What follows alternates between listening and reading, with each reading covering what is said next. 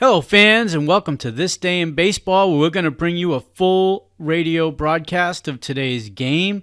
And before we do that, I just want to thank Classic Baseball Radio, and there's a link in the notes where you can check out their full channel. They have many great radio broadcasts. And while you're listening to today's game, if you want to check out much more about the game and the players, look on the links below, and you're going to see links to player pages, the date the game happened, the year it happened, and the play-by-play. Enjoy the game, and check out the links while you're watching the game, and please don't forget to hit the subscribe button so that every time new content comes out, you're going to get that firsthand. And thank you again for checking out This Day in Baseball, and enjoy the game. I see the starting pitcher still loosening up, so right now would be a good time to light up a cool cigarette. You'll feel extra coolness in your throat when you come up to the menthol magic of cool. And say, how about checking your supply of cold Rheingold Extra Dry? Yes, sir. Put some Rheingold on ice, because it can add a lot to your enjoyment of the game. Here is a beer with a clean, clear taste, brisk and bright all the way through. Rheingold is beer as beer should taste, and dry tells you why. Well, it's a gala night here at the Polo Grounds as the San Francisco Giants come back for the first time on the field right now. Ralph Kiner is welcoming the fans to the Polo Grounds, and he will introduce the members of the Giant squad. The crowd still is coming in. The bleacher area in center field almost filled. And the indication is that it's going to be a fine Friday night crowd here at the Polo Grounds to see the Mets and the Giants. Here is Tom Haller being introduced. Catcher Tom Haller coming out. Ralph Kiner is introducing the catchers first.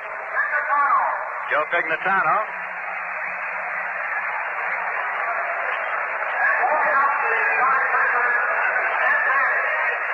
And Ed Bailey is introduced. He is warming up. Billy Pierce, who is going to be the starting pitcher tonight for the San Francisco Giants.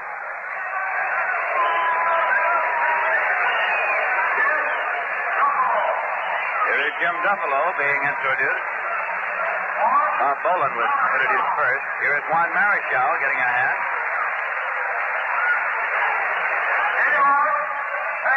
Gaylord Perry.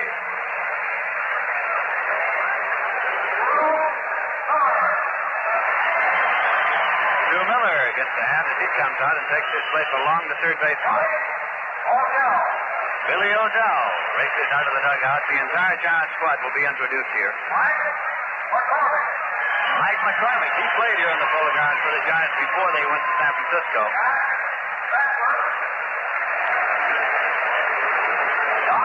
Jack Sanford. Don Larson, who was a perfect game World Series pitcher for the Yankees.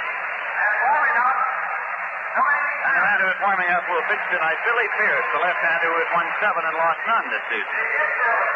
Now the infielders are coming up. Coming out now first is Ernie Bauman. Jose Pagan, the shortstop. Jim Davenport gets a hand as he comes out.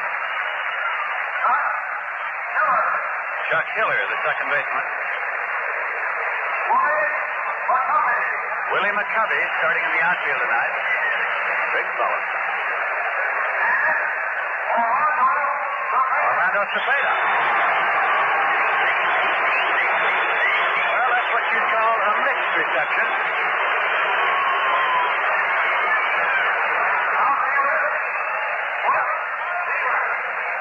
Now the outfielders are being introduced. Bob Beeman first.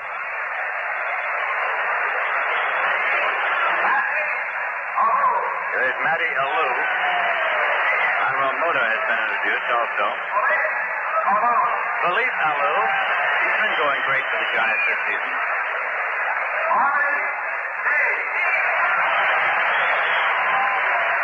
Harvey Keene. Willie Mays.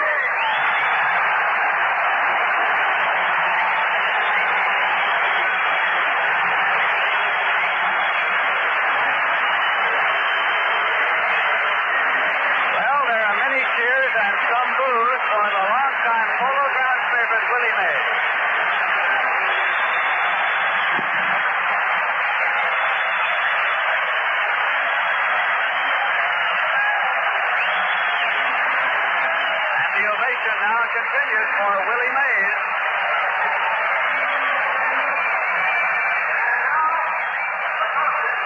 Now the coaches, all former Giants here at the Polo Grounds. Larry Johnson. Pulled the change-up and begun to taste hot and dry. When that happened, it's time you made a change, a real change. It's time you came up to Cool. Tell you something, a lot of smokers have found out. Your cigarette's not tasting cool enough till you come up to Cool. Know why?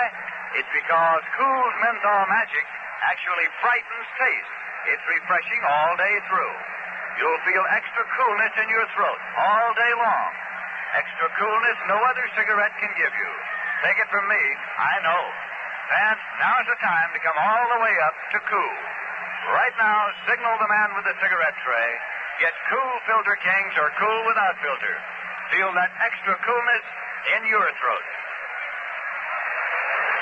At the plate right now, Whitey Lockman, Coach Whitey Lockman, representing manager Alvin Dark, and manager Casey Stengel of the New York Mets with the umpires. Tonight they are Augie Donatelli at the plate, Frank Sicuri at first base, Tony Benz on at second, and Paul Fryer on at third.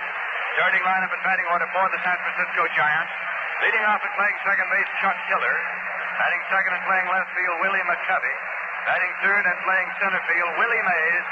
Batting fourth and playing first base, Orlando Cepeda. Batting fifth for the Giants and playing right field, Philippe Alou.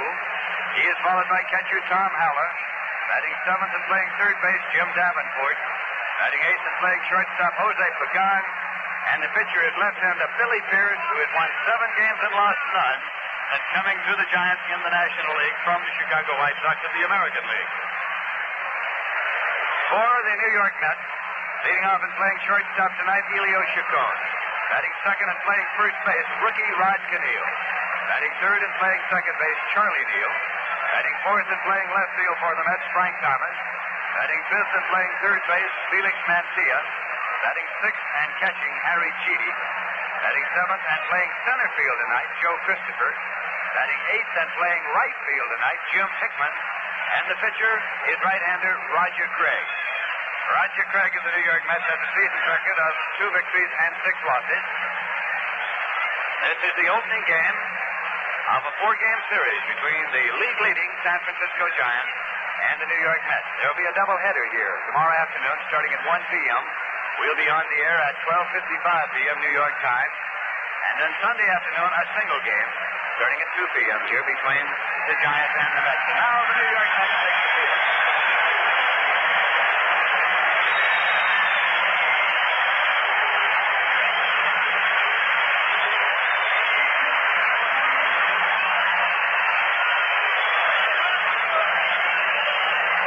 Fans still coming in here as we approach game time.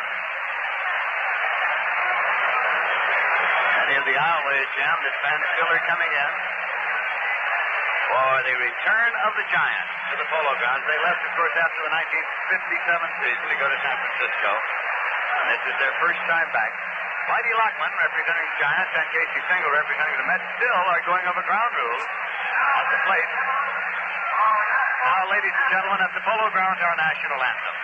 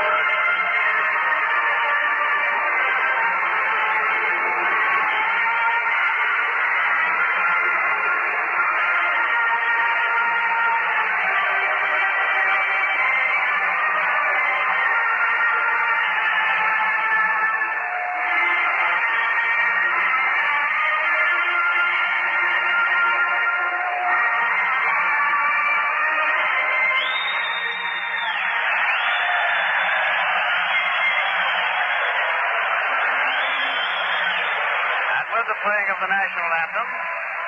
single. Lockman and the umpires resume their study of the ground rules applicable to the polo ground.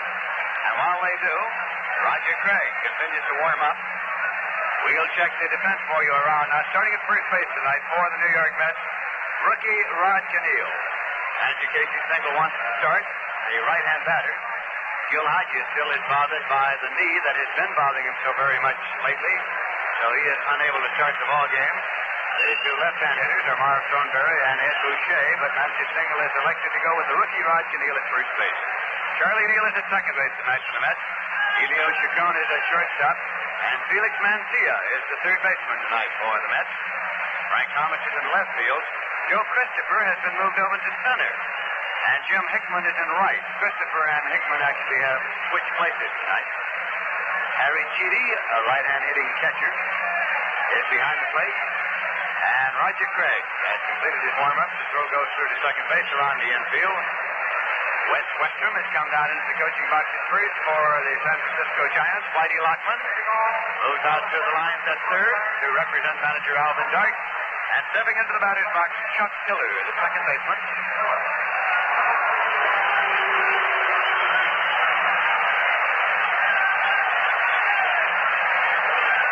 Chuck Tiller has a season batting average of 264. He has 8 doubles this season. Roger Craig into the windup, the first pitch of the ballgame. Swung on as the drive going deep to right field. Hickman ranging back. He has it lined up, takes it in the edge of the winding track in front of the bullpen for the out. So Chuck Tiller has opened up the ballgame by having on the first pitch thrown by Roger Craig. It's flying out deep to right as the ball was hauled down by Jim Hickman. Now here is Willie McCovey. Willie McCovey, who is playing right field tonight. Willie McCovey came to the major leagues, of course, as a first baseman and was Rookie of the Year his first year up. Tall, rangy, big fella. Stands deep in the batter's box. Roger Craig into the windup. Here's the pitch to McCovey. Can see the center for 12 strikes. Slow curveball.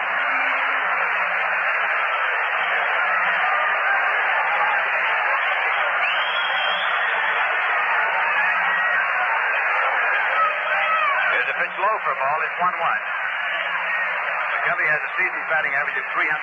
He has 5 home runs and 11 runs batted in.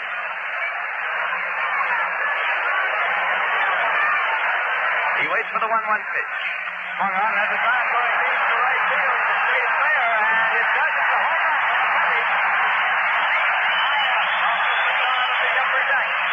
Willie McCovey with a home run off Roger Craig.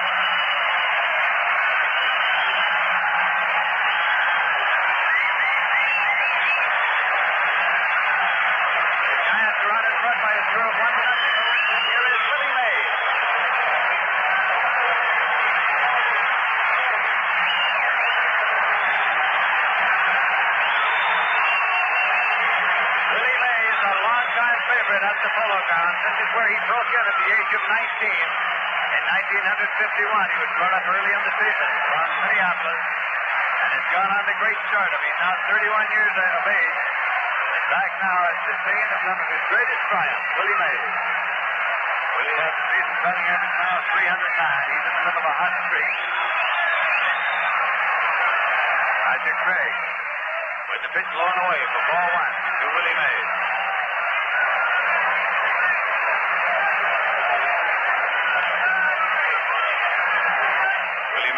Leads the league in home runs with 16. Swing and a miss. It's 1-1.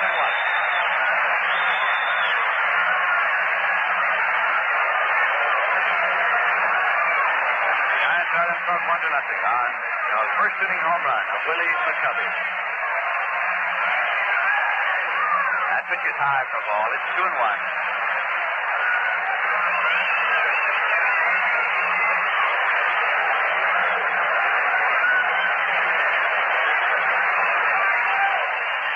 Ejected and took it outside. 3 balls and 1 strike now to Willie Mays. One of the most exciting baseball players of our time.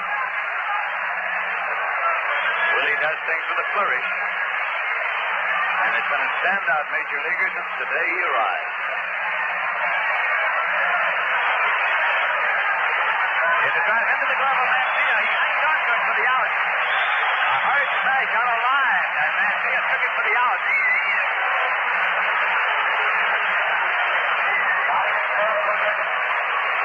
Two ways. Orlando Cepeda coming up. Now this fella has been ripping the baseball. He is receiving a liberal sprinkling of blues along with the applause. Last Sunday in San Francisco, he and Roger Craig had a few blows. Here's a pitch swung on and foul off at strike one. In a general melee, Orlando Cepeda and Roger Craig hooked up. Actually, Craig hit Cepeda with a pitch ball, and Cepeda started out toward the mound with the bat last Sunday in San Francisco. Got on over to first, had a few words. Manager Alvin Dark tackled Cepeda to keep him from going to the mound. A moment later, Chacon and Mays had at it. Here's a swing and a hopping ground ball is short. Taken by Chacon, he left to cut it loose. He does, and he's out at first base. Rod Cannell giving him the big stretch over there. Cepeda has grounded out. Elio Chacon to Rod Cannell, and in the top half of the first inning, the Giants got one run on one hit, the homer by McCovey. No errors and nobody left. And at the end of one half inning of play, the score is the San Francisco Giants 1 and the New York Mets nothing. Now here's the score on cigarettes. If you figure you're losing out with a brand that's tasting hotter and drier with every smoke, make a real switch. Come all the way up to Cool. Your cigarette's not tasting cool enough unless you're smoking cool. You're not smoking cool enough till you come up to Cool. Cool's menthol magic brightens taste, refreshing all day through. Feel extra coolness in your throat as Cool comes through for you. Your cigarette's not tasting cool enough unless you're smoking cool. You're not smoking cool enough till you come up to Cool. Yes, fans, Cool's menthol magic will score every time. You'll feel extra coolness in your throat all through the game. Get Cool Filter Change or Cool without filter. As we go to the bottom half of the first inning, leading off for the New York Mets, Elio Chacon.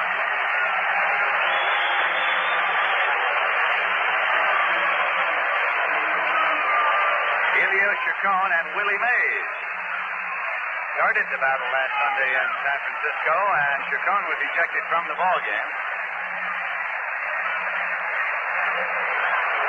So here's Elio off to lead off for the Mets. Billy Pierce is on the mound for the San Francisco Giants. He's won 7 games and lost 9. That pitch is in there for a call strike. Billy Pierce is 35 years of age. Came up to the major leagues in 1945 with Detroit as a pitch in there for a call strike. 2-strike count out of Chacon.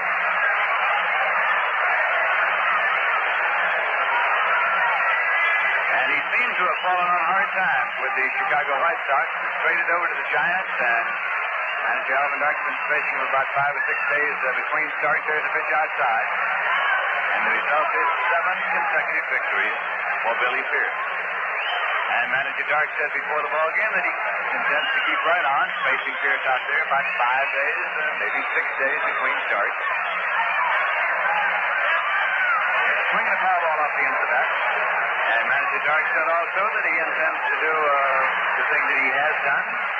Right along, try to start Billy Pierce in the first game of a series whenever possible. Pointing out that that's the way the White Sox working for years. They would start him first in the big series. That pitch is inside for ball.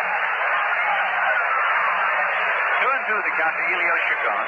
Cookie Lavagetta is coaching at first base tonight as usual for the Mets, and Sally Hemus is around at third.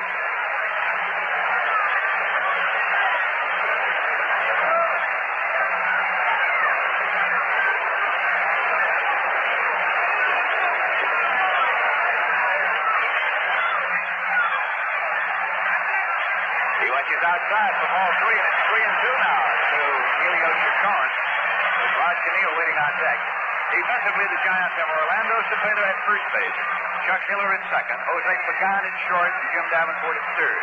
Felipe Lou in left, Willie Mays in center, and McCovey in right. There's a swing and drive going down the right field line, and it is a fair ball, one off to the wall. Chacon's on his way to second. McCovey up with it, tries again, a stand-up double for Elio Chacon. Elio Chacon sliced that one down the right field line. It hit in the warning track, a couple of feet inside the foul line. Just one out to the wall, and Willie McCovey had to come over and play the ricochet. But Chacon, with plenty of speed round his first, kept right on going and pulled up standing at second base with nobody out. The Mets have a runner at second. Right-hand batter Rod Kenneal is coming up.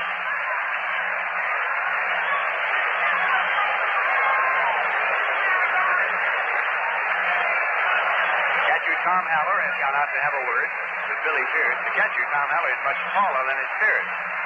Haller was a college football star at the University of Illinois. He was a quarterback there, a quarterback. But more importantly, he is a fine catcher for the San Francisco Giants. And he returns to his position behind the plate. And a little rhythmic applause has begun here in the stand. As Pierce goes into the stretch, and here's the pitch to Kenneal. He checks it and takes it low for ball one.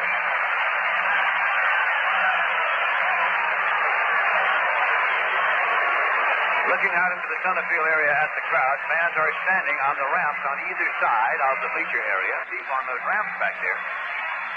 Here's swinging the ground ball to the left side. Chacon is holding. Pagan has it. He plays over to Cepeda in time for the out. No advance.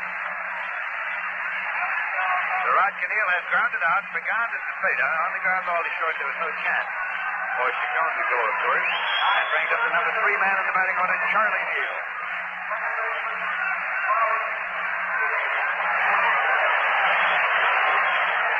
Billy Pierce out there is facing the Mets, of course, for the first time, having won all 7 of his National League starts, and he has gone the complete route in 3 of them. Pierce holds wins over the St. Louis Cardinals, the Houston Colt 45s, the Philadelphia Phillies, and 2 each over the Cubs and the Cincinnati Reds.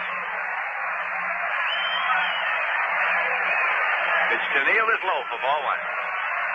Billy Pierce last worked on May 25th, that was last Friday night, in San Francisco against the Phillies. He lasted 8 1/3 innings to win 10-7. He gave up 7 runs on 11 hits. He walked 2 and he struck out 8. So Billy Pierce has had plenty of rest. Swinging a foul tip back and out of the big glove with Tom Haller. 1-1 to count to Charlie Neal with Frank Thomas in the on-deck circle.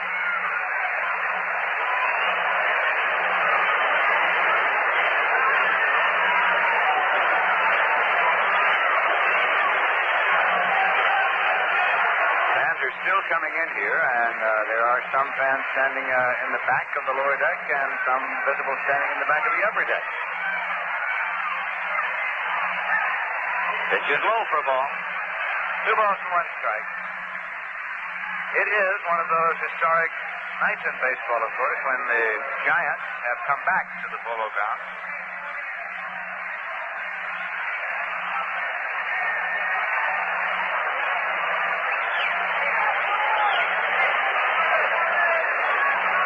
To count to Charlie Neal's plate.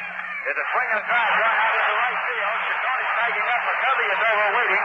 McCovey takes it. Chacon tags and moves on to third. The throw is coming in. It is not in time. Chacon moves to third base after the catch of the fly ball. 2 men out and Frank Thomas coming up.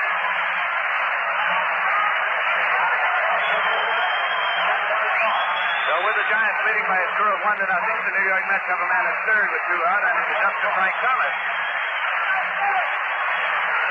Clean up and manage to keep your singles batting order. Frank Thomas has a season's batting average of 325. He has 13 home runs and 32 runs batted in. Conference at the mound for a moment.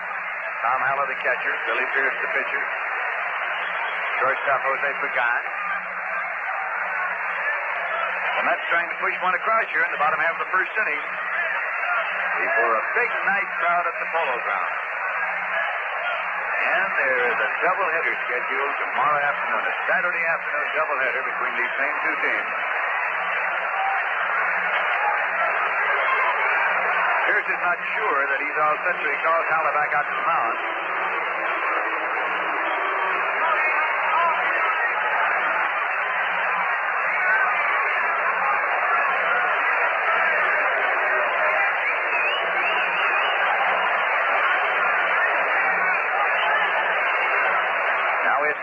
June, with no count as yet to Frank Thomas. Pitch misses outside for a ball. Billy Pierce working with a windup with 2 men on the runner at third. The football press box is open tonight and amply populated. They seem to be packed and jamming, as a matter of fact, in addition to the baseball press box. It's a swing and a drive, full foul. Storms the stand down the left field line. Belted on the button by Thomas, well on front, but full foul. He's the full hitter, of course. 1-1 to count.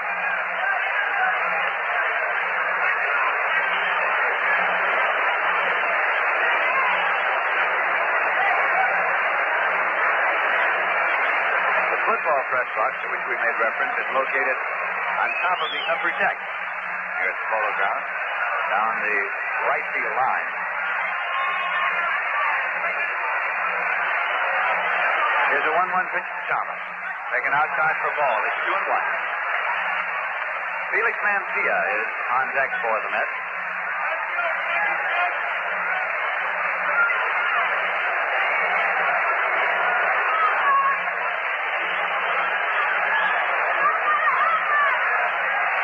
Swinging a foul ball coming back and out of play. It's 2-2. There was that same electric atmosphere evident before the start of tonight's ball game that was evident on Memorial Day. Early tonight, of course, the newsreel cameraman arrived, setting up batteries of cameras out in center field to get the Giants coming out of the clubhouse on the field for the first time. And then, during batting practice, scores of newspapermen, magazine writers, broadcasters, all around. Everybody that didn't get interviewed tonight before the ball game just isn't much of a fellow. Here's the pitch in there for called strike three. He took it, and he spelled out on strike three down the side. That is strikeout number 1 for Billy Pierce. And in the bottom half of the first inning, the New York Mets got no runs on 1 hit, no errors, and 1 man left as Chacon died at third. So at the end of 1 full inning of play, the score is the San Francisco Giants 1 and the New York Mets nothing. Keep in mind, there's a doubleheader coming up tomorrow afternoon starting at 1 p.m. And a single game, the Giants and the Mets on Sunday. The advance ticket window is open here at the Polo Grounds 7 days a week, where you may buy tickets to any future home games of the New York Mets, and also that the ticket office in Grand Central Station, South Grand Pennsylvania Station, and also you may make reservations at Howard's Clothes stores, or you may order your tickets by mail, addressing your request to ticket manager, Polo Grounds, New York 39, New York. Well, let's take a look at action elsewhere in the majors. A twilight game, the first game of a twilight doubleheader in Philadelphia at the end of 6 innings of play. The Los Angeles Dodgers 5 and the Philadelphia Phillies 3. Dan Williams started for the Dodgers, Ron Peronowski in the 6th. Paul Brown started for the Phillies, Chris Short in the 4th, and Jack Balshin in the 7th. Jim Gilliam has homered for the Dodgers. Wes Westrom has homered. That's for the Phillies, of course. The Houston Joe 45 are at Pittsburgh tonight. It'll be Golden going against Gibbons. St. Louis Cardinals go against the Milwaukee Braves. And in the only action this afternoon in the National League, the Cincinnati Reds defeated the Chicago Cubs 5-2. Joey J got the win. Don Cardinal took the loss. Ken Hubbs and Gordon Coleman had home runs in that ball game. Right now, Philippe Alou is at the plate. The leadoff for the San Francisco Giants in the top half of the second inning. Here's a fellow who has stepped into the lineup and come into his own this year for the Giants. The only big slump they've had this year came at a time when Philippe Alou was out of the lineup. Roger Craig gives him a curveball and he fouls it off for strike 1. Whitey Lockman fields it off the coaching line there at third. In the American League tonight, Cleveland is at Detroit. Chicago is at Baltimore, and the White Sox scored 1 in the top half of the first inning, so the White Sox lead Baltimore 1-0. Herbert against Pappas. Washington is at Minnesota. Boston at Kansas City, and the Yankees are on the coast meeting the Los Angeles Angels. We'll keep you posted throughout the game on scores of other games. Here's a pitch inside to Philippe Alou. It's 1-1.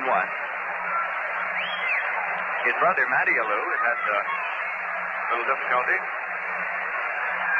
And visited Dr. Harrison McLaughlin today for an examination of his ailing thigh. There's a pitch in there for a called strike. It's 1-2. Alou is leading off here for the Giants on the top of the second.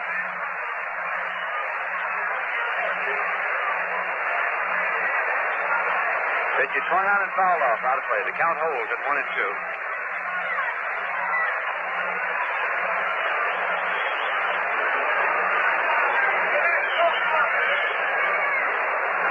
Matty Alou had trouble with that thigh injury at the latter part of last season, and actually this is a recurrence.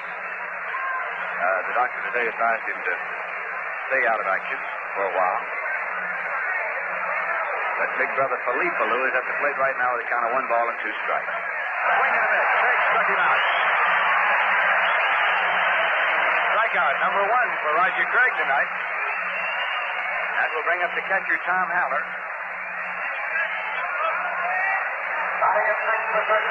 Haller is hitting 255.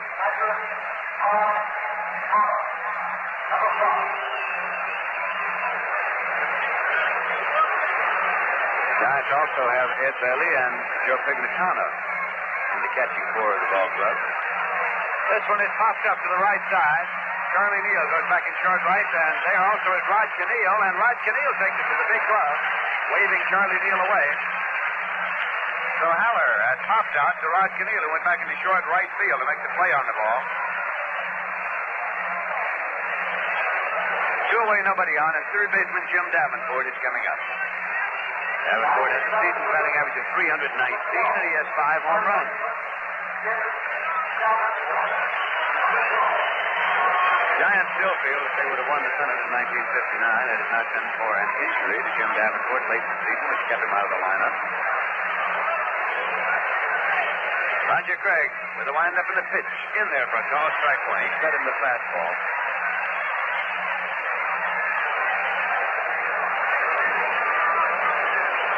Again, Craig is set to work. Pitch is outside for a ball.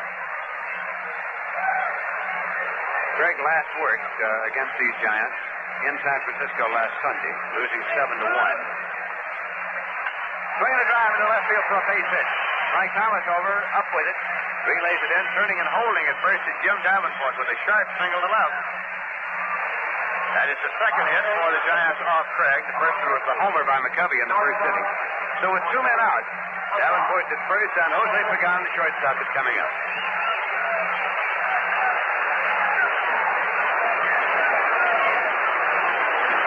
Roger Craig's lifetime record against the Giants is 9 victories and 3 losses. That pitch is blown away for a ball.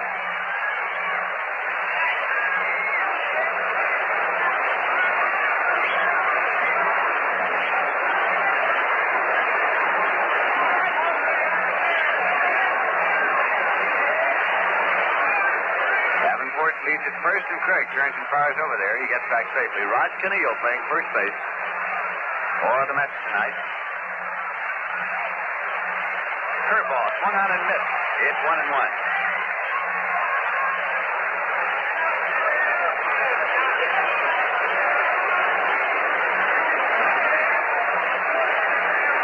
Working 7 innings last Sunday, Roger Craig gave up 6 runs. 2 of them earned. Only 2 of them earned. He allowed 9 hits. He walked 2 and struck out 9. Throws over, not in time.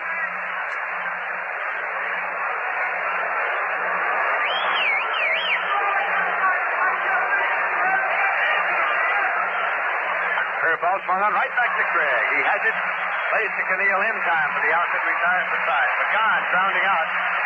In the top of the second, the San Francisco Giants got no runs on 1 hit, no errors, and 1 left. And at the end of an inning and a half, the score is the San Francisco Giants 1 and the New York Mets nothing. Well, you've all seen what happens when a player goes into a batting slump. But say, you fans who are smokers, did you ever find your cigarette going into a slump? That brand you've been smoking ever begin to taste hot, dry, and flat? When your cigarette begins to strike out on you, it's time you made a change, a real change. It's time you came up to cool. Fact is, your cigarette's not tasting cool enough till you come up to cool. That's because Cool's menthol magic actually brightens taste. It's refreshing all day through. You'll feel extra coolness in your throat all day long. Extra coolness no other cigarette can give you. That's why right now is the time to come up, all the way up to cool. Get Cool Filter Kings or Cool without filter. Now, on with the game. Makers of Cool are happy to be playing such a big part in bringing you these games, and they especially hope that you're enjoying this one.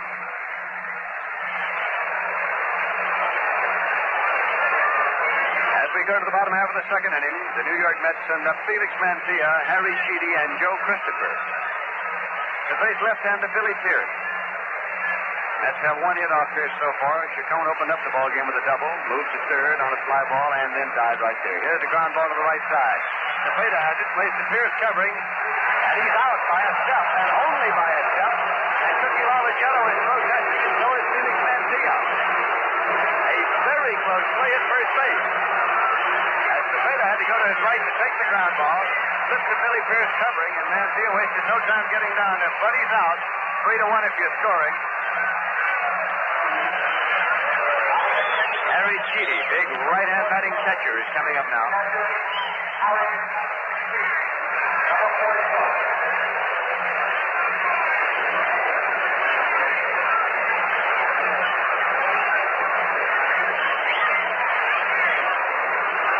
Billy Pierce looking in to get a sign from Tom Haller.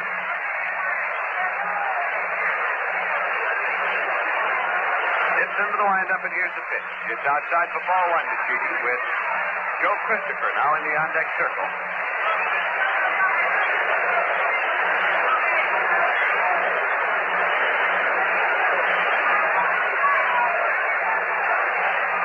That pitch is in there for a call strike. Give him the fastball. It's 1-1.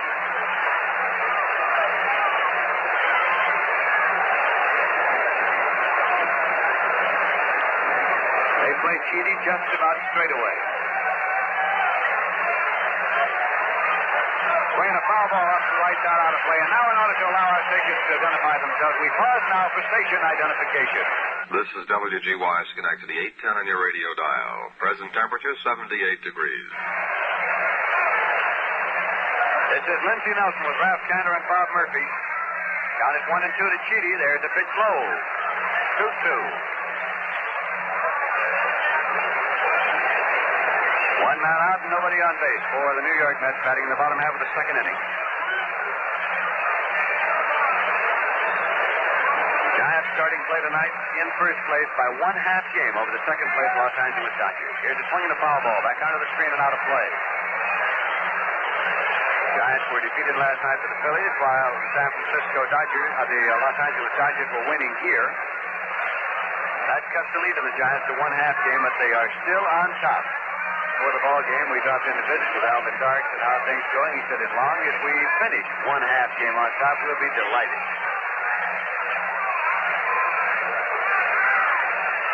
Here's a ground ball to shortstop. Pagan has it. Can't find the handle. It rolls away from him. Sheedy is taken to first base.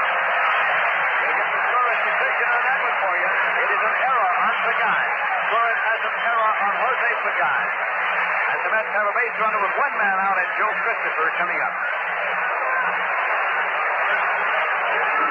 On the ground ball, Pagan had it squared, had it in the glove, and then dropped it and couldn't find it. While Sheedy streaks on down to first base.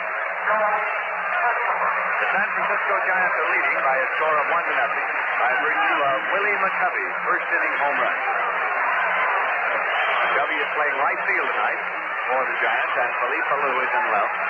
Harvey Keene is out of the lineup tonight.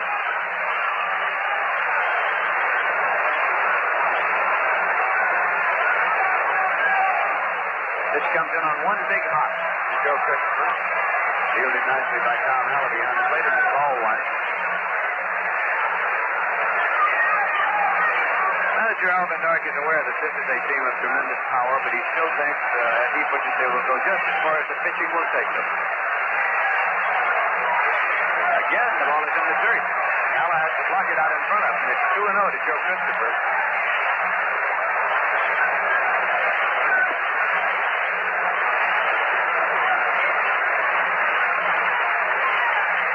Terrific applause of the big Friday night crowd here at the Polo Grounds has begun.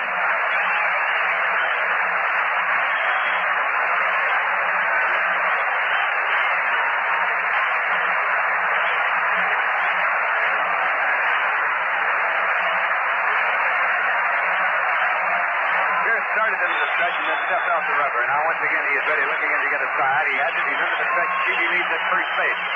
The pitch to Christopher, low for ball 3. It is 3-0 now to Joe Christopher. And Jim Hickman is on deck for the New York Mets.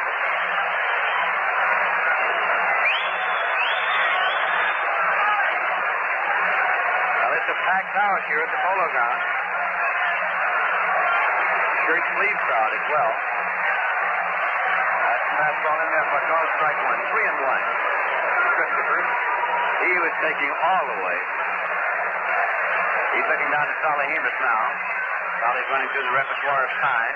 Christopher finding out whether he is free to swing away if he gets his pitch or whether he is shaky here on 3-1. One man out and the runner at first. The pitch. Sheedy was running, but it's ball 4, so there's no throw, and he walked.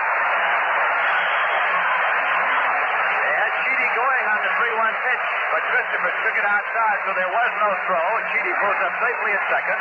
Christopher walks to first with the first base on ball issued by Billy Pierce. With runners at first and second. One man out. Jim Hickman, batting number 8 in the batting order, is coming up.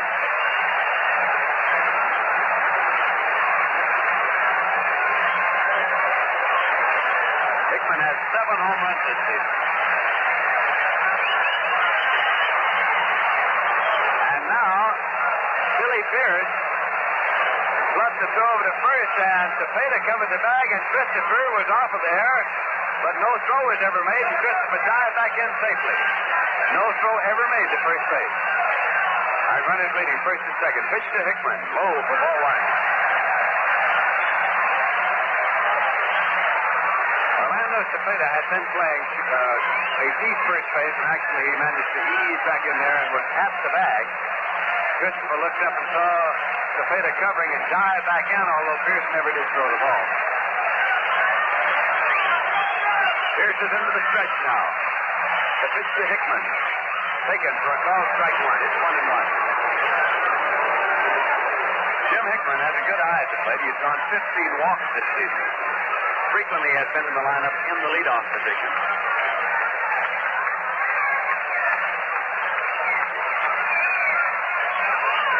Standing up there relaxed at the moment, waiting for Pierce to get a sign. Now the 35-year-old left-hander is into the stretch, and the pitch swung on and fouled off. Dribbler down the third baseline. Salahemus and Tom Haller both go for it, and Haller gets there first.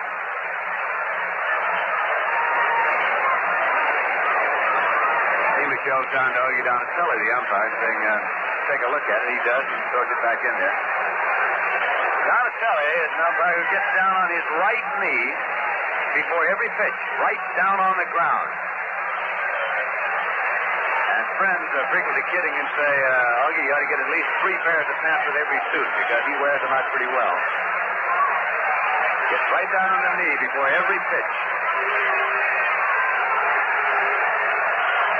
1-2 pitch. It's swung on and tossed up to the right side in foul territory behind the bag. McCovey is, Cepeda is there, and he takes it.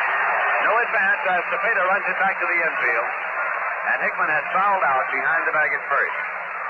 With runners at first and second, holding 2 away, Roger Craig is due up. And he is coming out of the dugout and is on his way to the plate.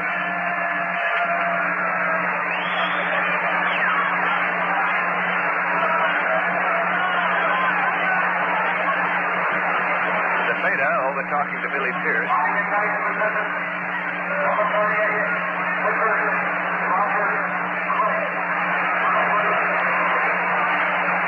Roger Craig at the plate, tall right-hand batter.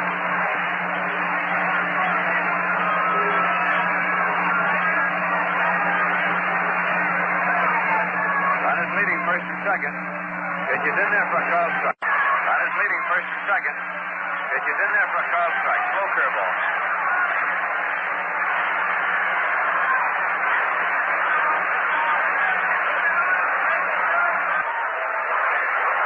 Pierce is looking in to the side. Elio Chacon kneeling in the on-deck circle for the Mets. Giants lead by a score of 1-0. There's a swing and a fly ball going back in the bag at first in foul territory. Cepeda over, and Cepeda takes it to the out. So Roger Craig has fouled out to Cepeda. And in the bottom half of the second inning, the Mets got no runs on no hits, 1 error, and 2 men left. And at the end of 2 full innings of play at the Polo Grounds, the score is San Francisco Giants 1 and the New York Mets nothing. And as we go along with this game, a man who's been spending the day drying out in the sunshine after getting drenched last night on the field, Mr. Ralph Kiner. Thank you, Lindsay, and here's Billy Pierce against Roger Craig, and the first pitch to him is down low, ball 1. Billy Pierce, a left-handed batter, batting 9th in the batting order. Billy's a good hitter for a pitcher. He has a .263 average, and he really battles the other pitchers all the way down the line. Another fastball is down low, ball 2. 2 balls and no strikes.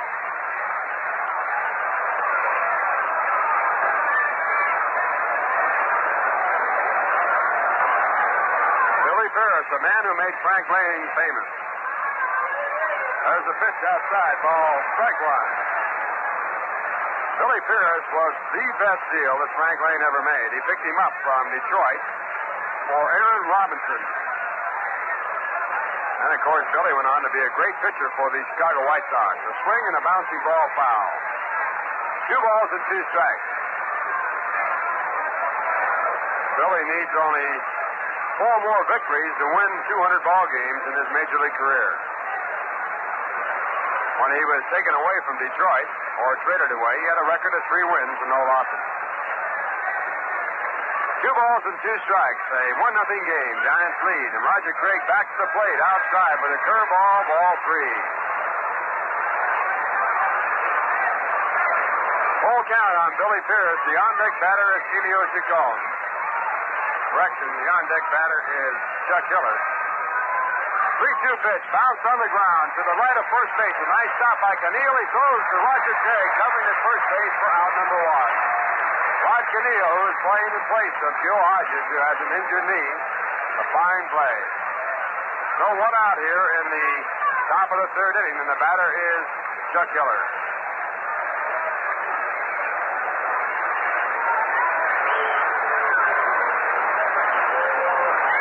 Left-handed batter flies to deep right field his first time up.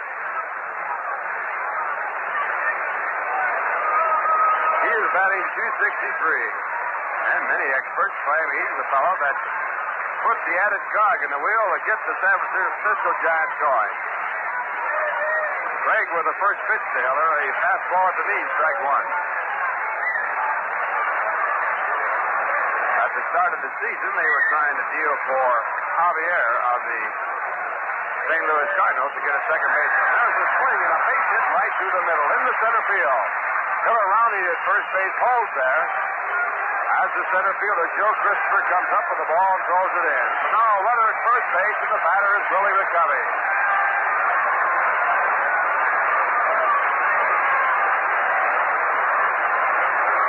That is the 3rd hit off Roger Craig. The first one was a home run by Willie McCovey in his first appearance here in the Polo Grounds. It was a long drive off of the facade of the upper deck. So McCovey now with 6 home runs and in the batter's box. Roger Craig with a pitch down around the knees. It swung on and fouled away. McCovey batting .318.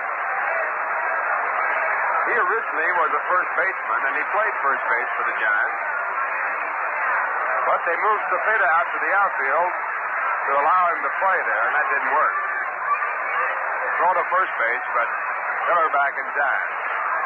So they switched it around. They put Cepeda back at first and put McCovey in the outfield. A quick throw to first base. Hiller dives back in. He's safe.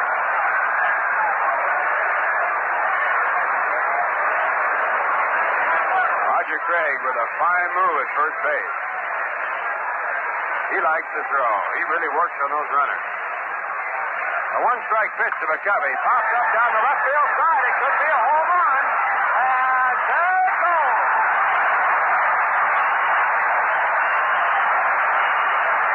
Scoring from first base, Chuck Hiller. Barely ambling around the bases. Now at third, Willie McCovey with his 2nd home run of the ball game. The Giants lead 3-0.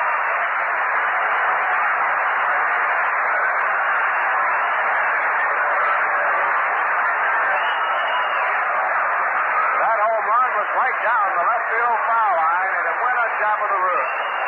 Joe McCovey now with one to right and one to left, and he has driven in all 3 runs in the ballgame. The batter now, Willie Mays.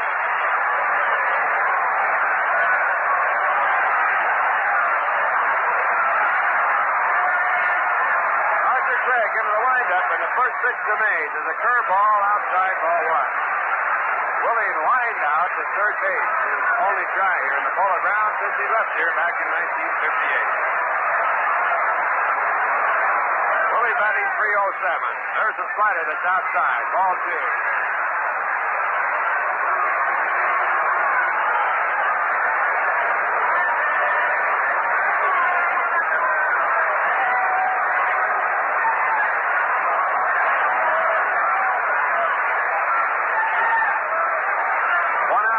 Top of the third inning, and now Craig back to Willie Mays, and a big swing and a foul back in the press box. So the count now, 2 balls and 1 strike.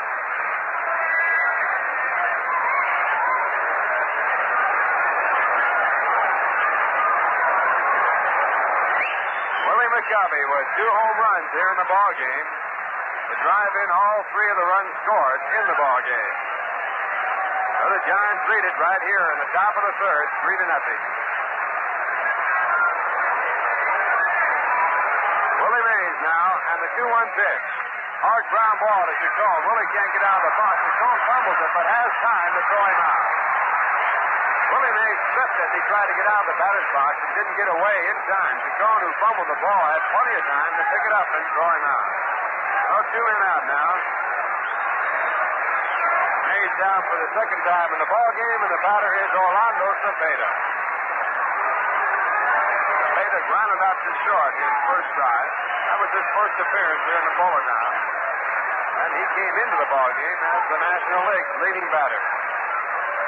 He was batting .350. He now has dropped to .348. Roger Craig to the right-handed batter, and he takes low outside, ball 1. Cepeda is tied for the National League lead and runs batted in with Tommy Davis. He has 49.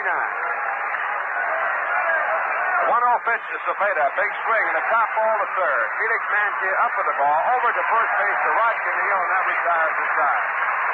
In the inning for the San Francisco Giants, 2 big runs on 2 hits. A 2-run home run by Willie McCovey. No errors in the inning and no one left. And the score at the end, at 2 1/2 innings of play. The San Francisco Giants 3, the New York Mets nothing. Bottom half of the third inning, and the Mets need 3 to tie. They'll send up Elio Chacon as their leadoff man against Billy Pierce. Billy now making his 8th appearance of the season, all starting appearances. He has yet to lose a game in the National League. He has a record of 7 wins and no losses since being traded over from the Chicago White Sox. Chacon takes the first pitch. It's down low, ball 1. Elio doubled the right field his first time up. He's batting .266. He has the only base hit off Billy Pierce. The left-hander backs the plate with a fastball. It's all strike 1. 1 ball and 1 strike. Pierce throws a slow curveball. It's a good one. A good slider, his best pitch. And a fastball that is not quite like what it was. There's the ball to right again, but McCovey's flaming over through the line, and he has time to get to it, and he makes the catch. Willie McCovey in the first inning was playing much further to right center, and he couldn't get to the ball. It's going it down the line. So this time, he moved over and picked it up for out number 1.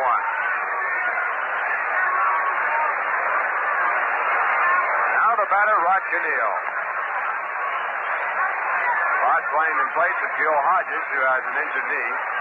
He bats on the right-hand side. And he has a .250 average. First pitch to him, hit sharply to the second baseman, Chuck Hiller. He goes to his left and makes the play to first base in time. That ball was well hit. Hiller took it on the first bounce. He moved to his left for out number 2. So 2 balls well hit off of Billy Pierce. And 2 balls spot.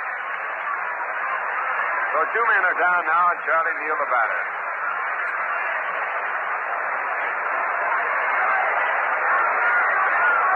Willie flied out to right field. He is 0 for 1. And the first pitch to him is up high, ball 1. Neal batting .262.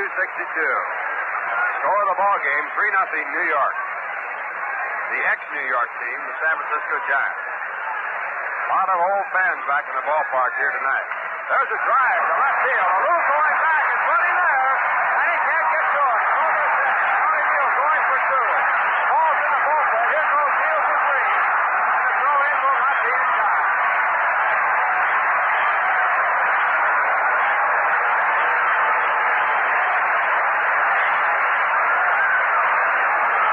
Johnny Neal with a long dribble, a line shot over the head of Philippe Alou. And Alou can run. Almost got up with it out there about 400 feet away, but the ball was hit so hard he couldn't do it.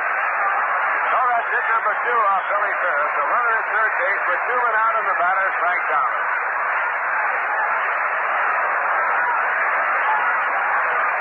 Thomas was called out on the fastball in the outside corner his first time up. He is 0 for 1. Batting .323. And Tom Haller talking to Billy Ferris out on the mound. Was a great quarterback for the University of Illinois in the Big Ten one time. He's a big fella.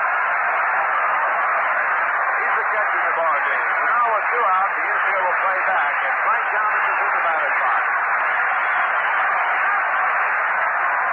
Giants lead it 3-0. And the first pitch to Thomas, a slow curveball that stays outside, ball 1.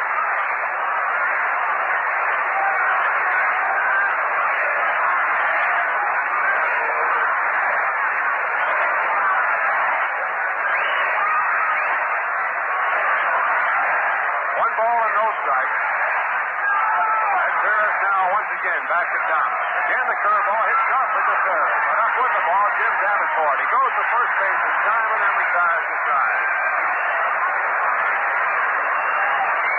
In the inning for the New York Mets. No runs on 1 hit. There were no errors. 1 man left in the score at the end of 3 innings of play. The San Francisco Giants 3 runs on 4 hits. The New York Mets no runs on 2. Fans, tickets for the remaining games of this homestand, which concludes Sunday, may be purchased now at the advanced ticket window on 8th Avenue. That's the 8th Avenue side of the Polo Grounds, and for your shopping convenience, tickets for these and all future Met games are on sale at the Grand Central Station, at the foot of the Vanderbilt Avenue ramp, and in the Long Island waiting room of the Pennsylvania Station. Reservations for reserved and box seats also are accepted at all Howard clothing stores in Greater New York. To obtain tickets by mail, write to the ticket manager, Polo Grounds, New York 39, New York. And be sure to enclose the number of tickets you want, the price to cover them. Box seats at $3.50, reserve seats at $2.50, and an additional 25 cents to take charge of the handling.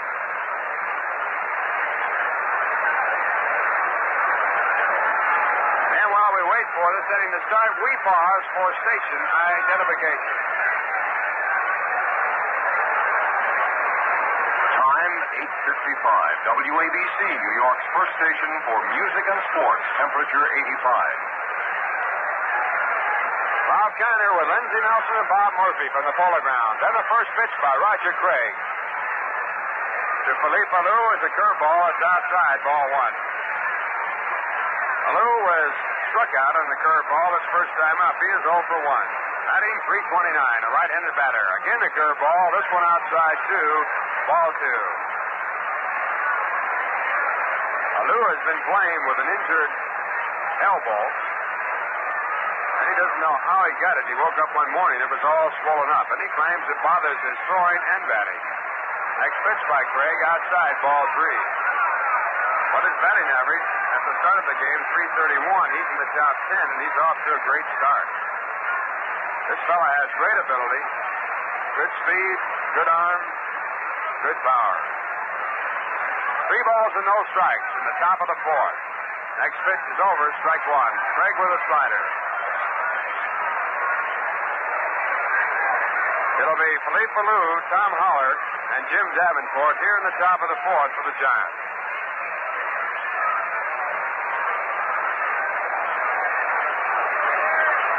3-1 pitch. A fastball that's through at the knee. Strike two. So Lou now 3-2 with Roger Craig.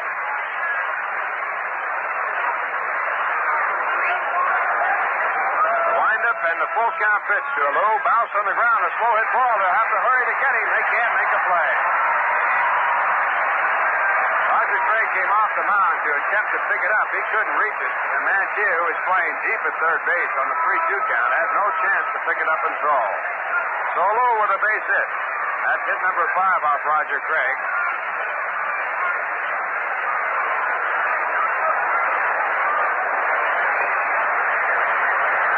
And up in the bullpen for the first time since he became a Met, Bill Hunter. Bill was acquired from the Los Angeles Dodgers in the completion of the Charlie Neal deal. That sent Lee Walls to the Los Angeles Dodgers. So now a man at first base with no one out. The score 3-0 in favor of the Giants, and the batter is Tom Holler. Left-handed batter, and he takes in the dirt. Dug out by Harry Cheedy, ball 1.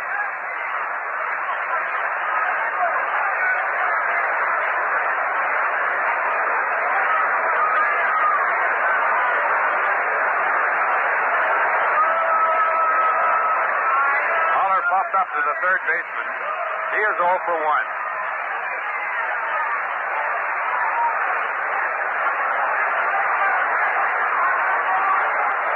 So to first base, the Lou back. He had a short lead. Augie Donatelli, the home plate umpire, umpiring now from one knee. He's right on the ground. Right knee, right down. Again a throw to first. Again a Lou back. You'd have to say when he umpires that way, he would be a low ball umpire. Now time call. Frank Sikori, the first base umpire, Tony Vinzon, the second base umpire, and John Pryor out of third. 1 ball, no strikes, and the pitch back to the plate, catches at the knee, strike 1.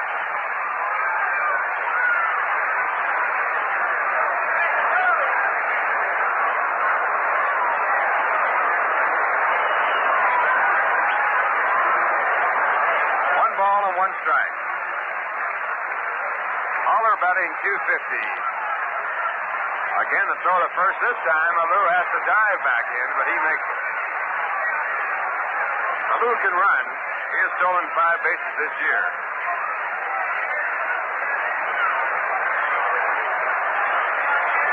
Greg likes to bother the runners. He'll bulldog you all day over there. Again, a throw back. This time, Lou goes back in, standing up.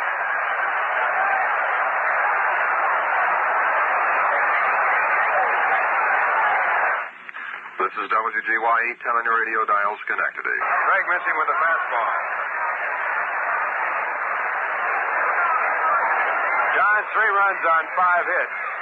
All 3 runs driven in by Willie McCovey. He's had 2 home runs in the ballgame. Mets have no runs on 2 hits. Again a throw back. And the tag by Keneal coming late. Lou is safe.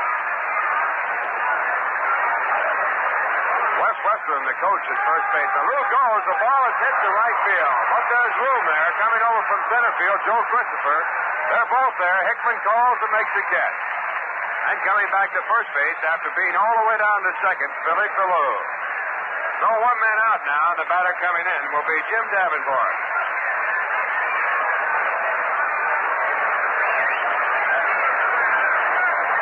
Jim with 1 base hit in the ball game. Came in at 319. 1 of 5 300 or better hitters in the Giant lineup. First pitch to the right-handed batter. A slider swung on and missed, strike 1.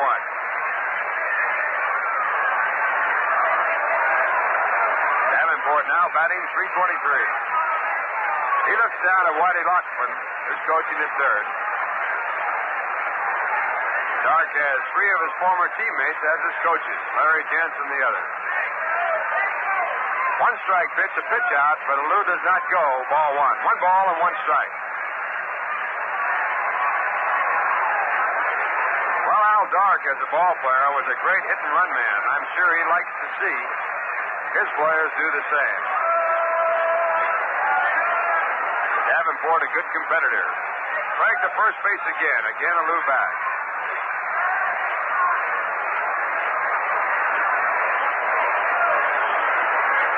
Lou with a bigger lead this time.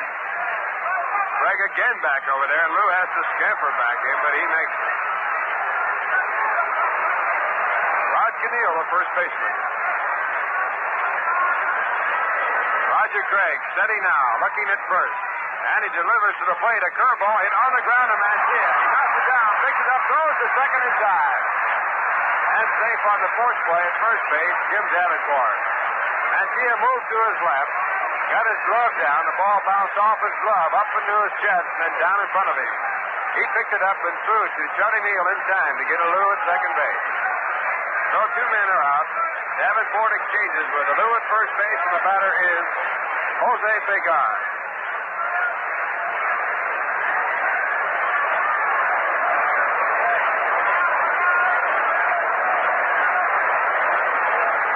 Pitch to Jose, a right-handed batter, a curveball that's called a strike. Well, in the exchange of runners, the Mets came out on top. Lou, a much faster runner at first base, being exchanged for Jim Davenport. Davenport has one stolen base on the year.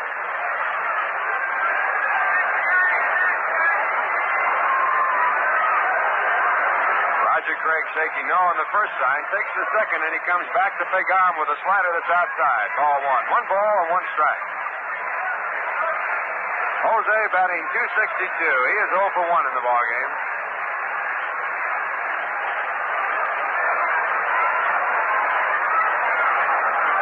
He, too, given some credit for the Giants' early start. He's played good ball. Throw to first, but Davenport with a short lead is back.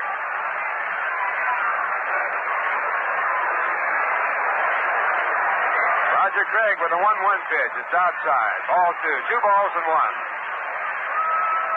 In the last 4 years, the Giants have gotten off to a start that put them in first or second place every year until the month of June.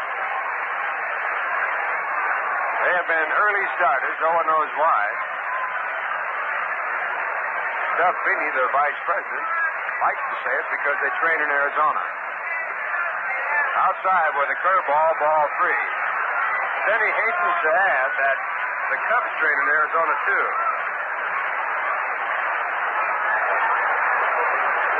And 3 balls and 1 strike with 2 men out. We'll watch Davenport and see if he'll be going here. He's at first base. The score of the ball game, 3-0.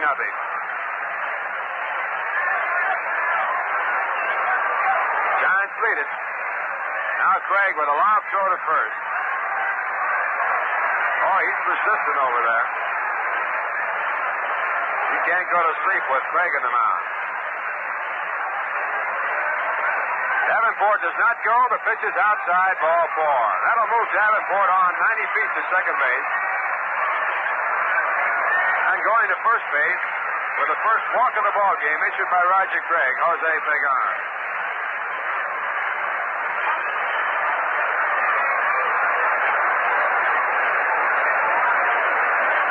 And the batter is Billy Pierce. Billy, a left-handed batter.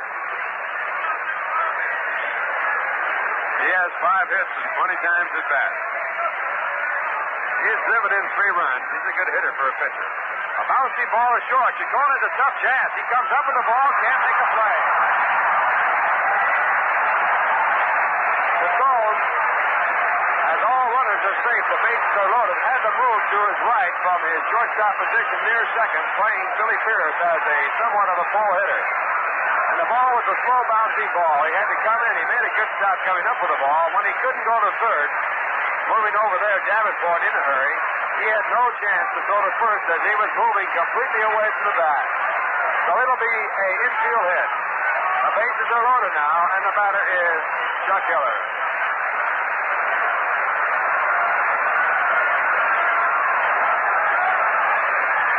Hiller, a left-handed batter, 1 for 2 in the ball game. Batting .268. Roger Craig will wind up with the bases loaded, and the first pitch to Hiller is a curveball hit on the ground to Caniel. He comes up with it, makes the play at first base himself to retire the side.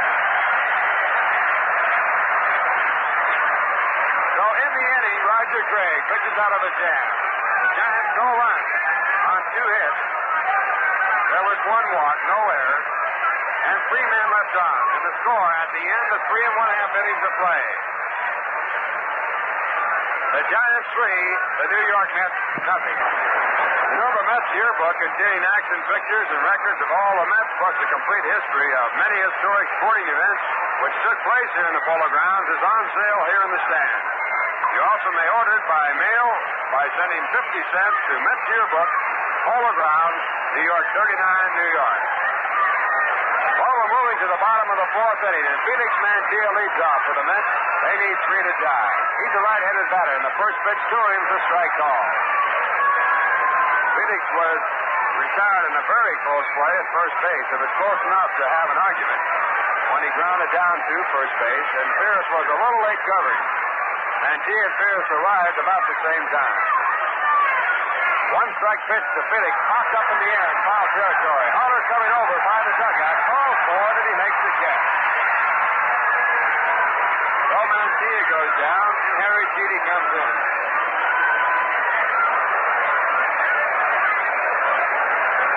The Giants lead 3 runs on 6 hits. The Mets have no runs on 2. At the start of the ball game, the Giants had a half-a-game lead on the Los Angeles Dodgers in the National League. Dodgers leading in their ball game in Philadelphia, the first of 2. Harry Cheedy safe in the air, 0 for 1, and the first pitch to him hit on 1 bounce to the third baseman Davenport. He overhands it to Cepeda at first for out number 2. So 2 quick outs by Billy Pierce as he works towards his 8th victory. Billy has yet to lose a ball game in the National League. And he has pitched 3 complete games. Now the batter is Joe Christopher. Joe playing in center field, the right-handed batter.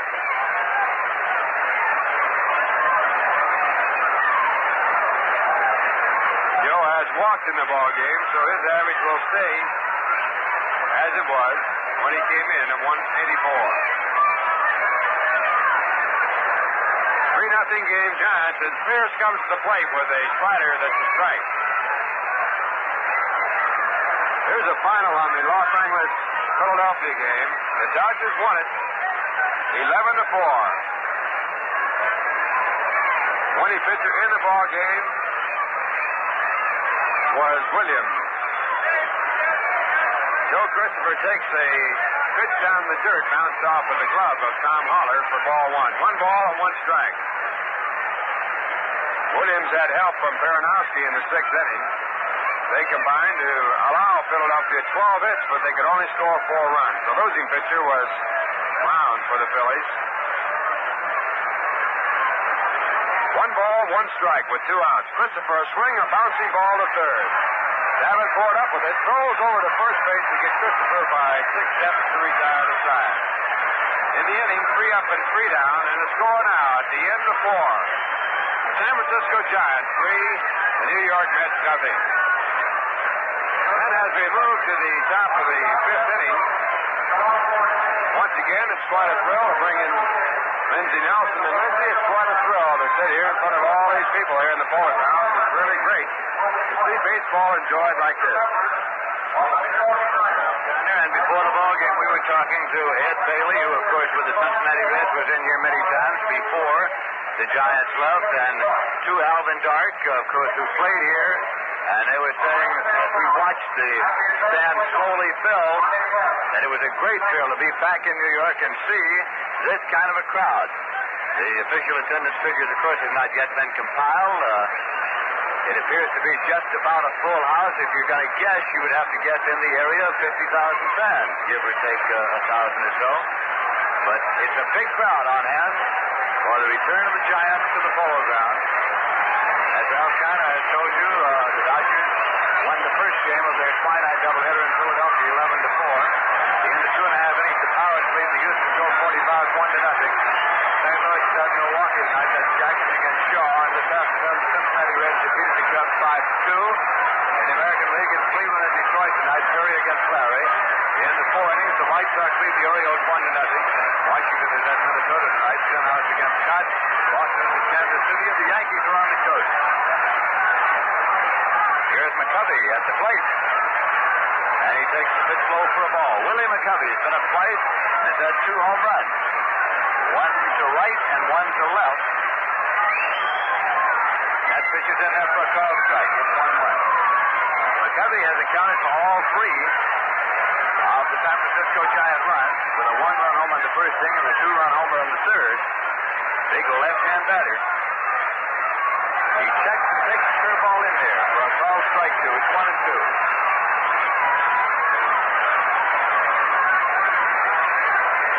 Right now, Willie McCovey is batting .341 for this season.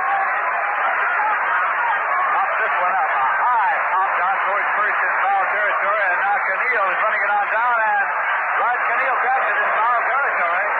He and Chidi both were approaching, and Canillo took his eye off the ball a moment to look at Chidi, then had to lunge for the ball as it came back down.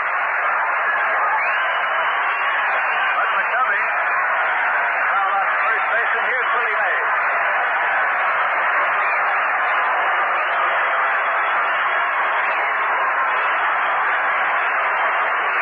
As it has been all night, it's a mixed greeting for Willie, although the cheers outweigh the mood.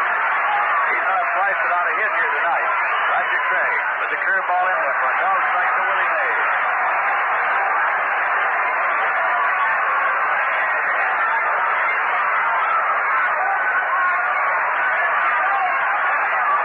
Craig again is set to work, and here's the pitch taken high for a ball. It's 1-1 now to Mays. He'll be followed by Orlando Cepeda. Mays has a season batting average of .306. Here's a pitch from the left into right field. It is going, and it is. No back with 17 for Mays. He leads the Major Leagues tonight because he listens to the crowd.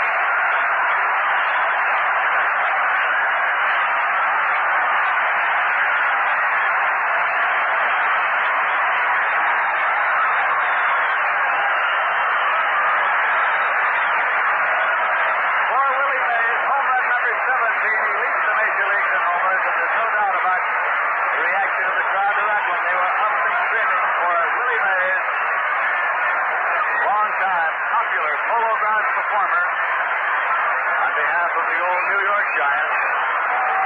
He got the ovation there as he ripped the home run to right field. Here's Orlando Cepeda at the plate now.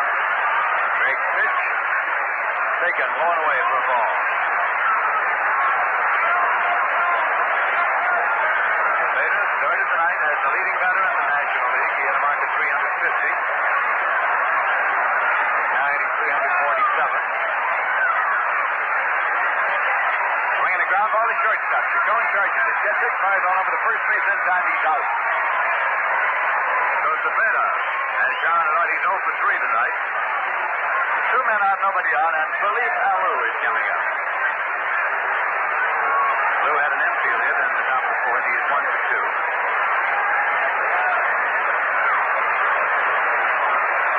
Philippe Alou is the right-hand batter, hitting 327. As Roger Craig winds and fires, as a drive to Chacon. He gloves it at shortstop. Backhanded the ball, took the line drive. Off the bat of Philippe Alou, and the crowd is retired. In the top half of the 5th inning, the San Francisco Giants got 1 run on 1 hit. The home run by Willie Mays. No errors and nobody left. And at the end of 4 1/2 innings of play, the score is the San Francisco Giants 4 and the New York Mets nothing. Well, let's stay right on the subject of baseball. See if you have the answer to this Rheingold riddle.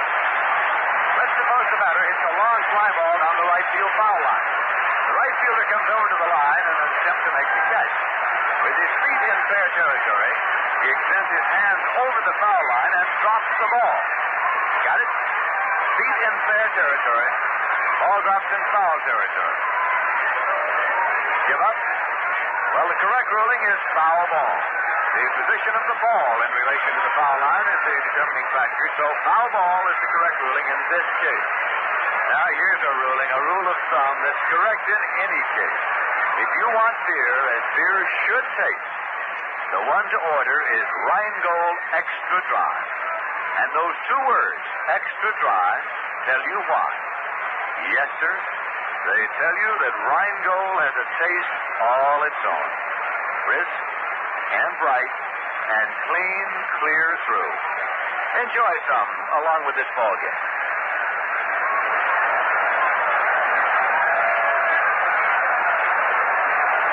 As we move to the bottom half of the fifth inning, Jim Hickman is up to lead off for the New York Mets. He's been up one time and fouled out to first base.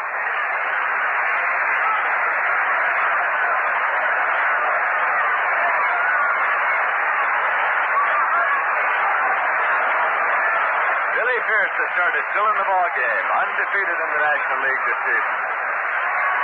Hickman fouls it off, trying to run it on the third baseline. Some fellow here in the stands has a big placard made up. One side it says, "Bring Willie back." And you flip it up on the other side, it says, "Mays for governor." Willie is a familiar figure out there in center field right now. He's turning to look over into the bleachers. He's getting a lot of personal attention out there. Willie's looking into the bleacher crowd now, hands on his knees. He is very much aware of the fans out there. The strike one count to Hickman. The let-up pitch goes high, and it's ball one. It's 1-1. Now Willie stands and stares back over into the bleacher area.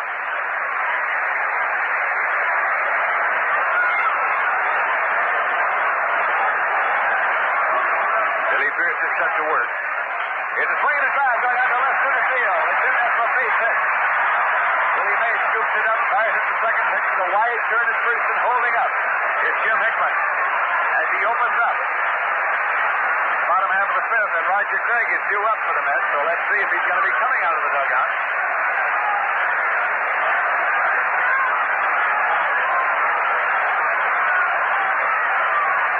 Richie Ashburn is at the bat rack. Richie Ashburn at the bat rack, swinging bat, and he's going to be set up to hit for Craig. And Billy Hunter is still throwing at the bullpen for the New York Mets, the young left-hander. Ashburn was in the midst of a hot streak, and he came up with a shoulder injury that had kept him from being on the starting lineup. And this calls for a conference at the mound as Ashburn still is standing in the on-deck circle. Chuck Hiller comes in from second. Jose Pagan comes in from short. Haller goes out to the mound if they want to get together on how they're going to play it. Here's the announcement of Ashburn.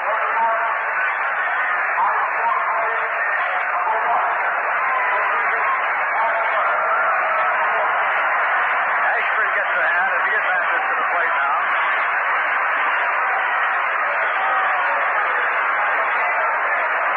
Roger Craig is out of the ball game, having pitched 5 innings, in which he gave up 4 runs on 6 hits. He struck out 1 and walked 1. He allowed 3 home runs to account for the 4 runs that the San Francisco Giants have. Willie McCovey had 2 of them, and Willie Mays had 1. The Giants lead the Mets by a score of 4-0. And the Mets are batting in the bottom half of the fifth inning. Jim Hickman leads off the bag at first base.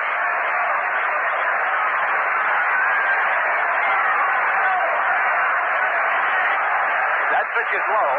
It's 2-1. Helio Chacon is in the on-deck circle for the New York Mets. Don't forget the doubleheader here at the Polo Grounds tomorrow afternoon, 1 p.m. starting time. The Giants and the Mets.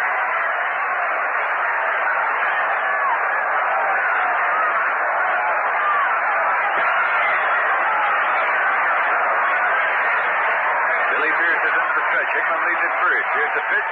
It's in there for a call strike. Ashburn took the stride. Did not swing to that. It's 2-2.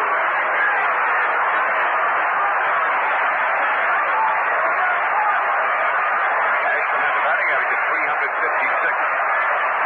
He's gone 14 walks this season.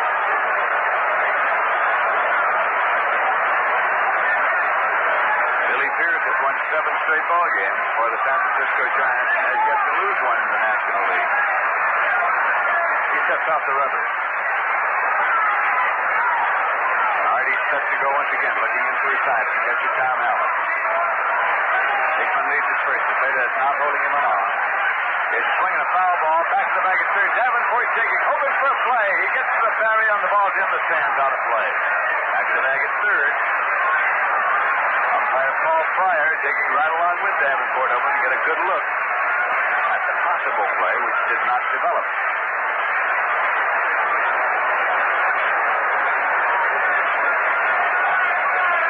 Bill Hunter throwing in the bullpen. Willard Hunter, he prefers to be called Bill. Throwing in the Hunter, throwing to the bullpen for the New York Mets.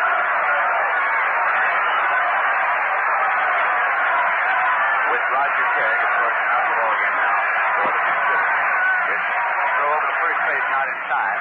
And Cepeda had circled around, coming in as a second throw, and Hickman got back safely. Cookie Lounge Jutterly, alert coach at first base for the Mets.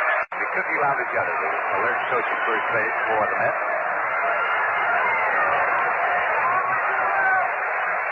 Here's the pitch that is popped up back at second. Chuck Hiller is back there. Mays backing him up, and Hiller makes the catch for the out. So Ashburn has popped out to short center. Second baseman Hiller going back to make the play. Hickman holds it first, one away, and Elio Chacon coming up. Double down the right field out in the first inning, and slide to right. McCovey played him over a little more toward the line that second time, and McCovey made the catch, and McCovey is staying over there this time. Sort of towards the line, not swung over towards center nearly as much as he was in the first inning on Elio Chacon, a right-hand batter. Mays played him straight away. He's swinging a ground ball to second base. Hiller backhands it, tips on the bag. He's out to third to first. He's out, a double play. Elio Chacon hitting into a double play. It went from Chuck Hiller to Orlando Cepeda. And in the bottom half of the fifth, the New York Mets got no runs on one hit, no errors, and nobody left.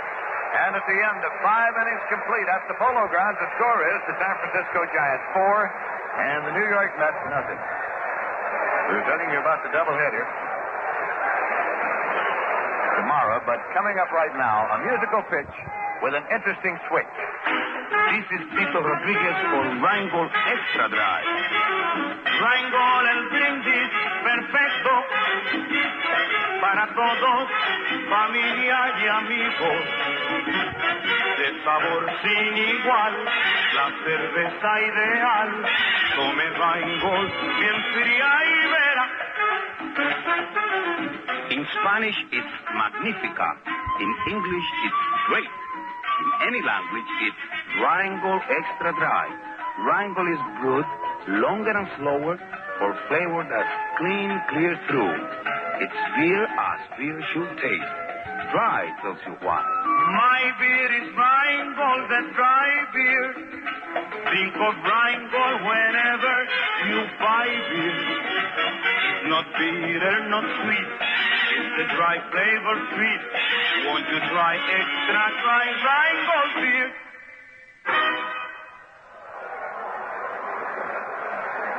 And now as we go to the top half of the sixth inning, with the Giants coming up, the pitcher coming on for the New York Mets is Bill Hunter.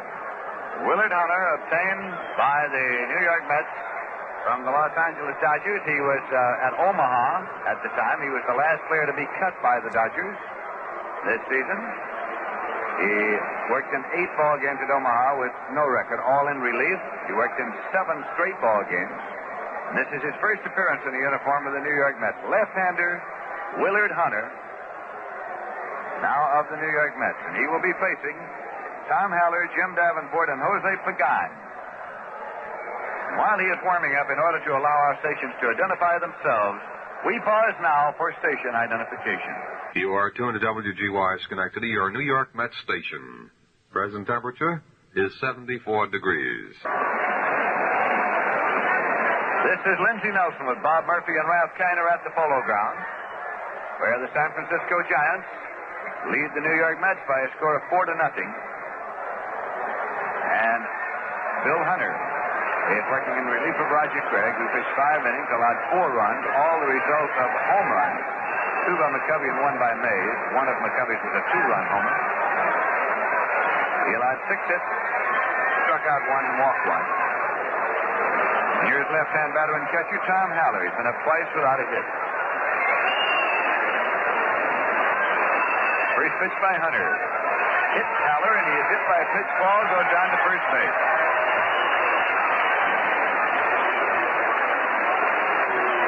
So Haller, uninjured, arrived at first.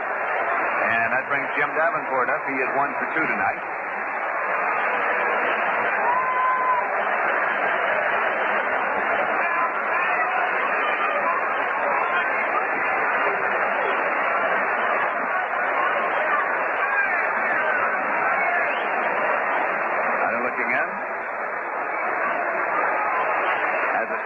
Checks and deals. Pitch is low for a ball.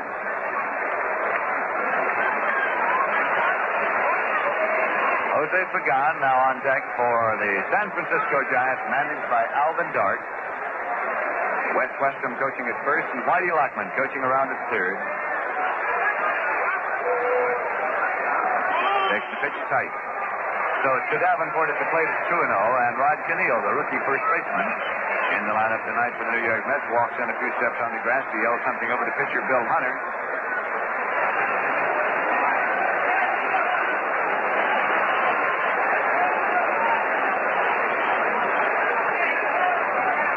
At first, Tom Haller takes his lead. Hunter's pitch is low into the dirt, dug up by Cheedy. So it's 3-0, and Cheedy this time walks out in front of the plate, rubbing up the baseball. Has come on here. He has hit Haller, and he's gone 3-0 on Jim Davenport. Young fella in his first appearance here. It's around the outfield.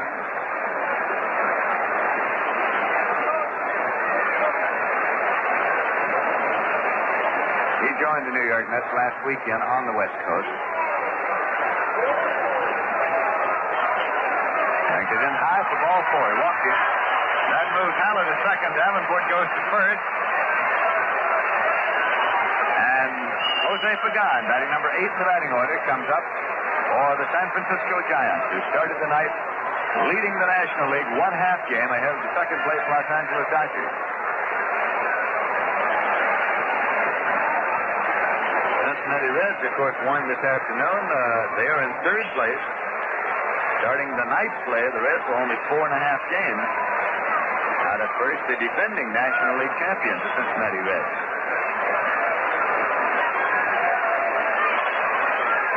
So here's right-hand hitter and shortstop Jose Pagan, with runners at first and second and nobody out. Hunter into the stretch. The pitch is swung on and foul. Back into the big glove of Harry Cheedy at strike one.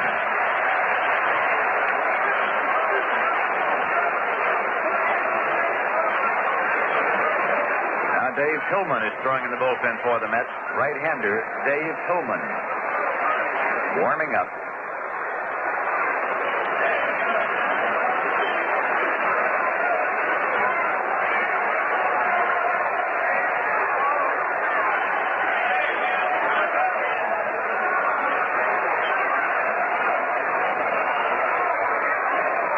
There's a pitch to Pagan coming in on one big hop. It hit way out in front of the plate and was blocked by Cheedy. Rolls out in front of the plate. And it's 1-1.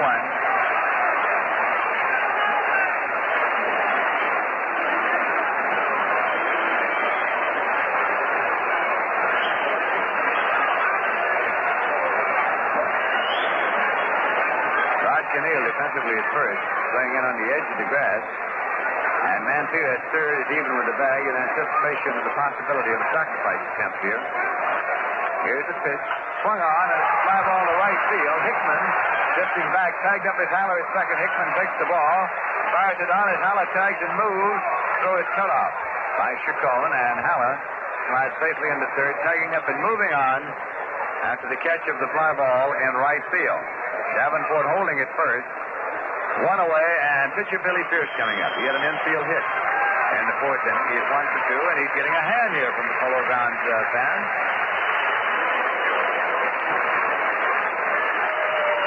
Billy Pierce, a native of Detroit.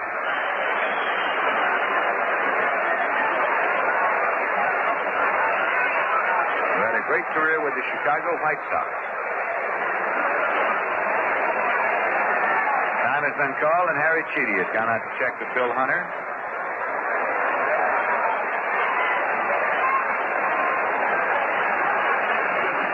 In an inning or so, we should have the official paid attendance figures for the night here at the Polo Grounds, and it's a good crowd.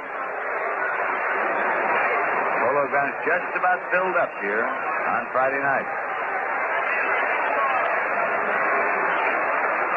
There's the pitch to Pierce, swung on. It's a ground ball back to the mound. Hunter has it, holds the runner, throws to first in time, and moving on to second is Davenport. But he held Haller at third. So there are 2 men out, runners at second and third now, and Chuck Hillard's coming up. It was a little number right back to the mound, and Bill Hunter came down, fielded it, held Haller, made the full pivot, and threw on to first as Davenport was running and moved on to second on the play. So here's left-hand batter Chuck Hillard coming up. The Giants are leading by a score of 4-0. In case you have joined us along the way, Willie McCovey has 2 home runs and Willie Mays has 1. For Mays, his home run is number 17. He leads the majors in that department.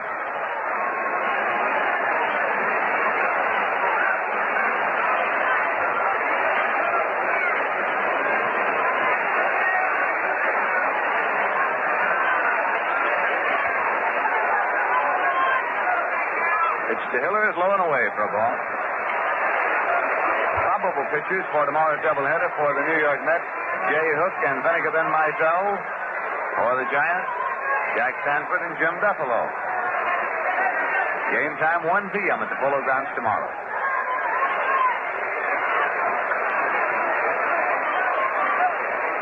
Hunter with the pitch.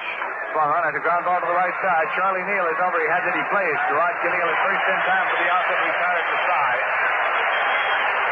So the Giants in the top of the 6th got no runs on no hits, no errors, and 2 men left. And at the end of 5 1/2 innings to play, the score is the Giants 4 and the Mets nothing.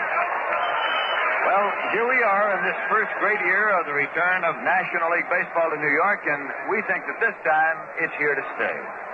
You know, New Yorkers are great people, great sports fans, and if you ever doubted it, you should be out here and see them in action at the Polo Grounds. They deserve a National League team, and Rheingold is proud to be able to help make that possible by bringing you these play-by-play broadcasts. We'd like to wish that the Mets make as many friends in New York as Rheingold has over the years. You know, year after year, Rheingold has more fans in New York than any other beer.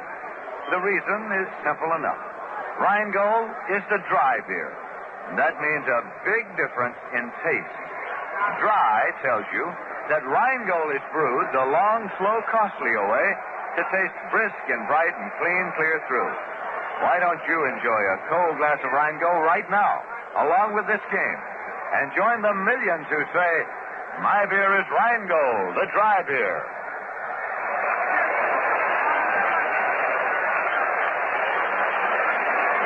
As we go to the bottom half of the 6th inning, Rod Neal, Charlie Neal, and Frank Thomas will be coming up for the New York Mets to face left-hander Billy Pierce. Started the ball game and has held the Mets to a total of 3 hits thus far. Elio Chacon opened the ball game with a double. Charlie Neal had a triple in the 3rd inning with 2 men out and died right there. Jim Hickman had a single in the 5th, and that's it so far for the Mets off Billy Pierce, who is undefeated in National League competition. One of the fine performers. He's won 7 and lost none. And here's the pitch. Outside for ball 1 to Rod Neal. He's been up twice, grounded out both times. The New York Mets against the National League leaders, the San Francisco Giants.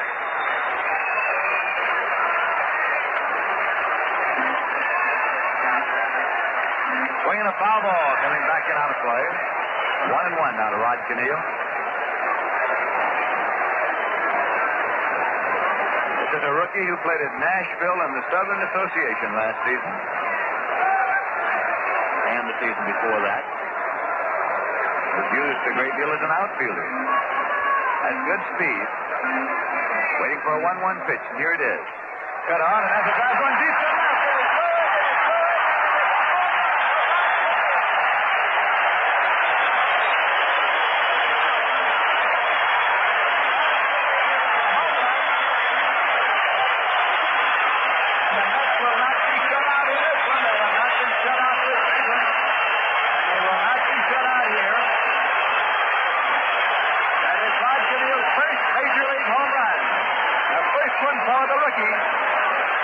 Score of the ball game. The Giants 4 and the Mets 1. He teed up on that one to left field. And with nobody out and nobody on. Charlie Neal comes up now. He had a tremendous triple in the bottom half of the third, way out to the bullpen area, over the head of Speedy Felipe Alou. Here's his pitch. Swung on it. Hayes is over, and so is the right fielder, McCovey, and McCovey takes it to the out. Wallop for distance to right center, but as many of you fans know, here at the Polo Grounds, there is all sorts of room out in the spacious center field area. Hayes was over there, and so was McCovey, and Willie McCovey made the catch. Frank Thomas coming up now. One man out, nobody on base. Thomas with a batting average of 321. Nothing for two tonight.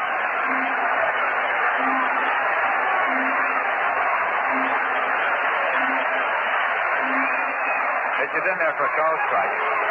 Giants move second baseman Chuck Hiller over almost behind the bag at second. Against the pull-hitting prowess of Frank Thomas.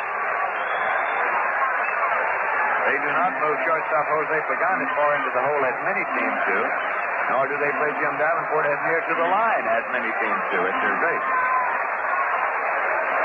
Thomas backs out of the batter's box, rubs his hands briskly together. The Mets have broken the scoring ice here in the bottom half of the sixth inning on Rod Keneal's first Major League home run. Left-hander Billy Pierce pumps and pitches outside for a ball. It's 1-1.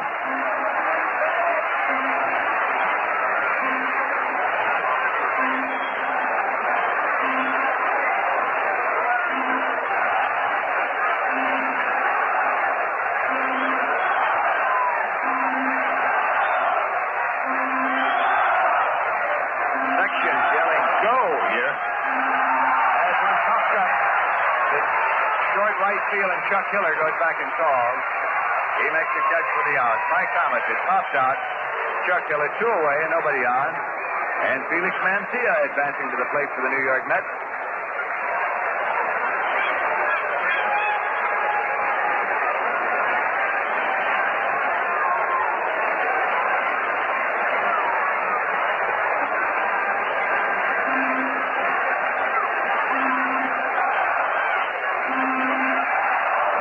Looking in to get a sign. There's nobody on base. The Giants are leading the Mets by a score of 4-1.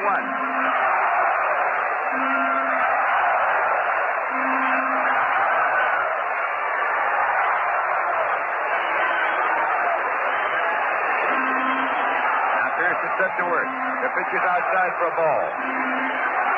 And he has been up twice without a hit tonight. He is batting number 5 in Manager Casey Springer's batting order.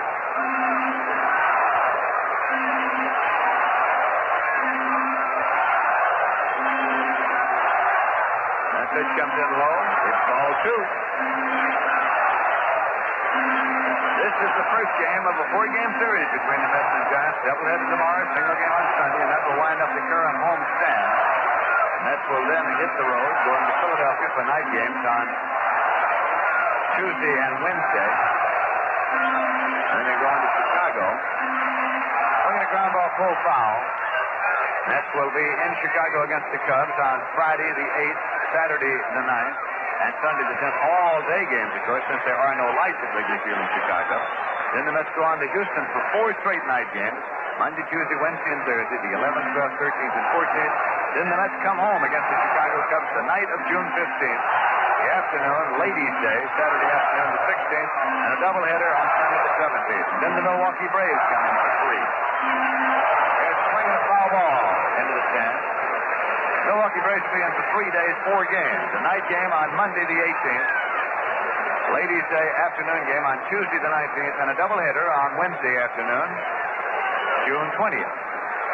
So there's plenty of action coming up here at the Polo Grounds. And there are many convenient places where you can purchase your tickets. And we tell you about that from time to time on this broadcast.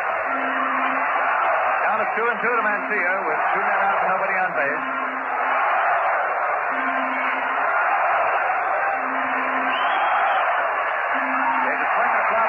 Willie Mays, they show the folks his patented basket catch here. He does. The basket catch, and there's the roar as Mancia is flying out to center. And in the bottom half of the 6th inning, the New York Mets got 1 run on 1 hit. The homer by Rod Keneal. No errors and nobody left. And at the end of 6 full innings of play at the Polo Grounds, the score is The San Francisco Giants 4, the New York Mets 1, and it is my pleasure now to welcome in you once again, Bob Murphy.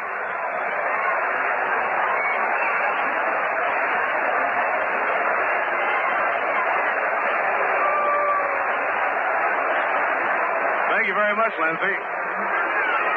Fellow of the upper deck has a horn. He blows the horn, and then everybody in the stands was yelling, "Go!" to encourage the New York Mets. Like a real cheering section. And we see that banner is up again that says, "Bring Willie back," and when he turns it around, it says, "Mays for governor." The second game is going now in Philadelphia. The Dodgers did not score in the first. That's Don Drysdale against Jim Owens. The Dodgers won the opener 11-4 for their 12th straight win. Pittsburgh leading Houston 4-2 at the end of 3.5. The Braves lead the Cardinals 1-0 at the end of 2. Jackson against Shaw. In a day game, Cincinnati down the Cubs 5-2. At the end of an inning and a half, Cleveland 4 and Detroit nothing. Jim Perry pitching for Cleveland. Frank Larry, who has been ailing, trying it tonight. At the end of 6, the White Sox lead the Orioles 2-0. With Ray Herbert pitching for Chicago and Milt Pappas for Baltimore. At the end of 2, Washington nothing, the Minnesota Twins nothing. Dave Stenhouse against Jim Cott. Later tonight, the Red Sox play at Kansas City and the Yankees will be at Los Angeles. You know, it's a fact, smokers. Your cigarette's not tasting cool enough unless you're smoking a cool. Now Alvin Dark is sending Harvey Keene up to bat for Willie McCovey. Playing the percentages right down the line with Bill Hunter, a left-hander, in the game now for the New York Mets. Hunter out of his wind-up. The pitch. It's over at the knees for a strike. Hunter appeared to be slightly nervous as he made his debut in the 6th inning, as you would imagine.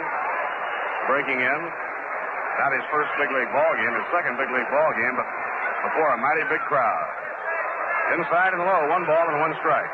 Willie had good stuff, and after he settled and got the ball over the plate, he got them out without any trouble. Harvey Keene batting for Willie McCovey. Bill Hunter, the tall left-hander, winds and pitches. A ground ball hit up the middle, a base hit for Harvey Keene.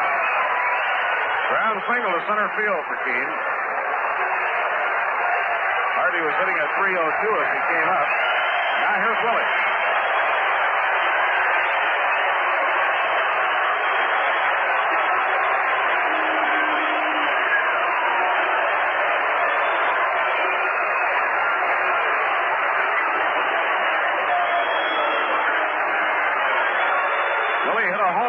To right field his last time up, his 17th of the year. Willie leading the major leagues in home runs. Now Bill Hunter up in pitching position. Delivers a curve line through the box into center field for a hard base hit. Keene around second is on his way to third. The throw comes into second. And the Giants now have runners at the corners, nobody out.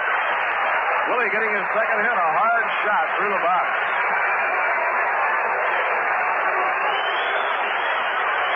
That ball was really hit by Willie. So the first 2 minutes, base hit through the middle against Bill Hunter, and the batter now will be Orlando Cepeda. Cepeda hitless in 3 times up.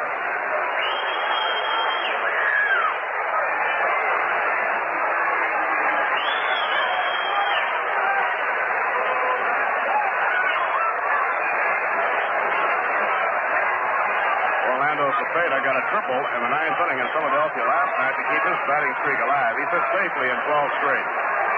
In doing so, he has moved to the top in the National League in batting average. He's 0 for 3 in the game tonight. Mets have the infield back looking for the double play. Giants in front 4-1. We're in the 7th inning. Now Hunter up in pitching position.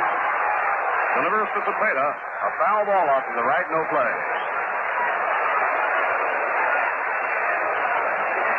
Doubleheader tomorrow will be underway at 1 o'clock.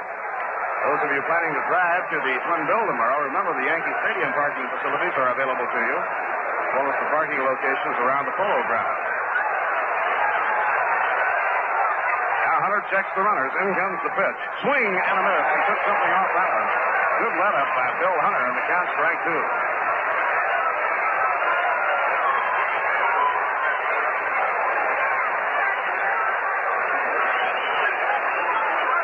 Bill Hunter started out in the minor leagues in the Dodger organization. He was a starting pitcher. The last 2 years, he was used exclusively in relief in Triple-A ball. Left-hander with a good live fastball. Delivers. Swing and a miss. He struck him out. Ball was actually foul hit. Harry T. held on to it. Joe Cepeda is 0 for 4 in the game. One away now, and the batter will be Felipe Alou playing in left field. Felipe has 1 hit, and that was an infield hit to third. Giants 4 runs on 9 hits and 1 error. The New York Mets 1 run, 4 hits, and no error. Every run in the game has been knocked in with a home run. A ground smash through the hole. A base hit to left field for Felipe Alou. Teams in to score. Willie finds way to third. Dallas has trouble picking the ball up. No play at third. Runners on first and third now. Felipe Alou continuing his hot streak with a hard grounder through the hole into left field. Willie running out from under his cap as he goes from first to third.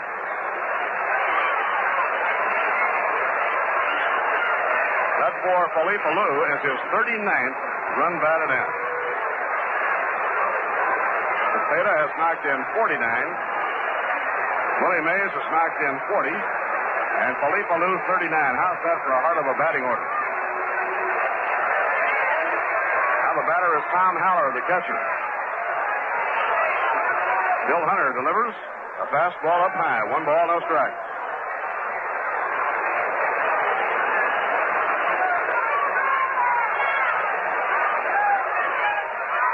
These 3 gentlemen in the heart of that giant batting order are staging their own duel to lead the National League in RBIs.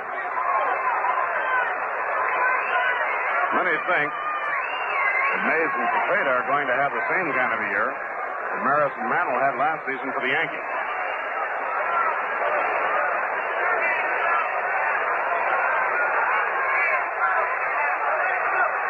Here's the pitch on the way, and it breaks outside to Tom Haller. 2 balls and no strikes. Haller was hit by pitches last time up, otherwise has popped up and flied to right. He's 0 for 2. Haller hitting at 245.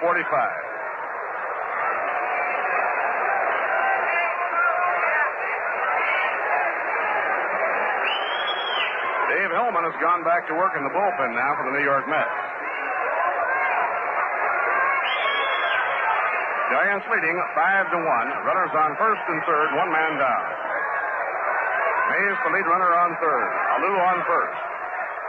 And an off-speed pitch is outside. Ball 3. Hunter behind on the count now. 3-0 to Tom Haller.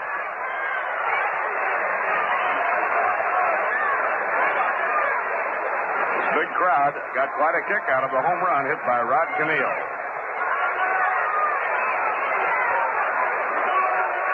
Count 3-0 now as Tom Haller waits. Low, ball 4, and he walks him on 4 pitches.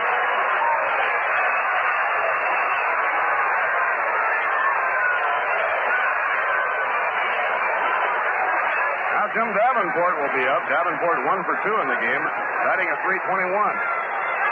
Davenport stepping in with the bases loaded. Willie Mays on third, Felipe Alou on second, and Tom Haller on first. Mets have the infield looking for the double play. Charlie Neal shaded a bit towards second. The outfield just about straight away. Now Bill Hunter will be trying to make Davenport hit that ball on the ground. In comes the pitch. Strike 1 call. Breaking ball on the inside corner of that knee high.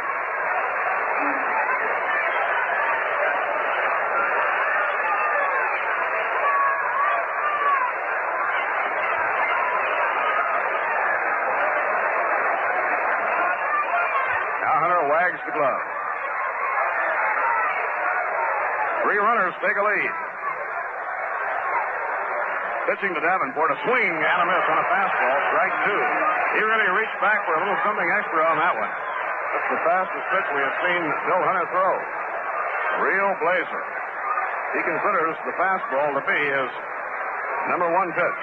When he gets in a jam, he likes to fire it.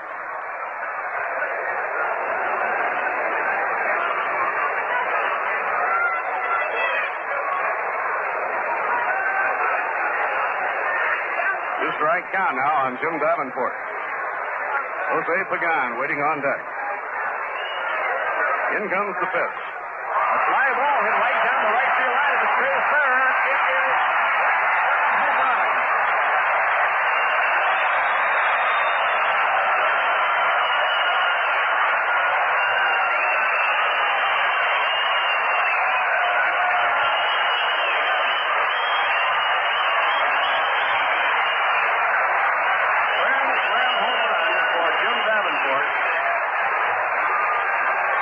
He hit the ball right down the right field line, just inside the foul pole and into the upper deck.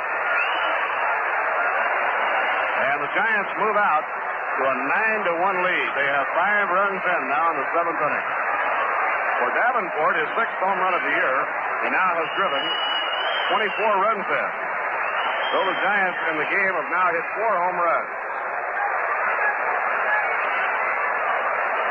Ground smash it up the middle. It'll be a base hit for Jose Pagan. So Pagan is out with a single to center. Well, Bill Hunter got Jim Davenport 2 strikes. Tried to pitch away from him, and Davenport hit the ball to the opposite field, the way it was pitched, and right down the line and just into the upper deck for a grand slam.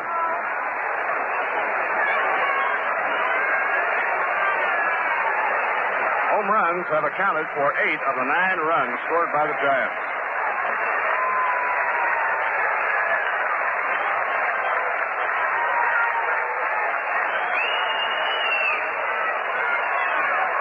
Last time Billy Pierce worked in a game, it was against the Phillies, and the Giants gave him a big lead in that game, something like 10-1. Billy wound up winning the game 10-7. Jose Pagan on first. Billy Pierce up against Bill Hunter. He's around the bunt. Bunts, fair ball back toward the mound. The play will be at first. Neal covering on it. 2 men down.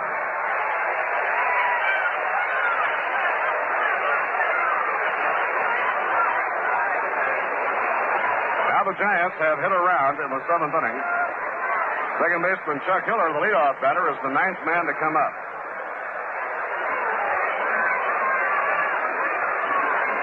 5 runs on 5 hits in the 7th.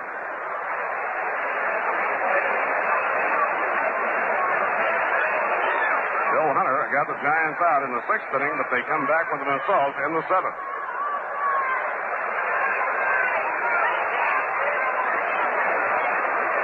Now Hunter up in pitching position, checks the runner on second, Jose Pagan. And the pitch to Hiller is inside and high, ball 1.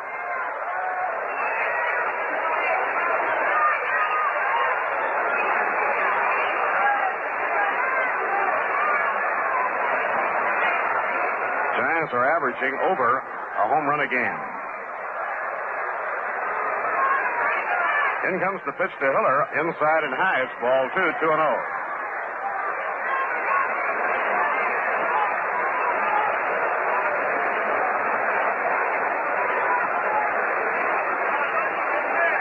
Two balls and no strikes on Chuck Hiller, the second baseman. 5 runs in, 4 of the 5 coming in on the grand slammer hit to right field by Jim Davenport.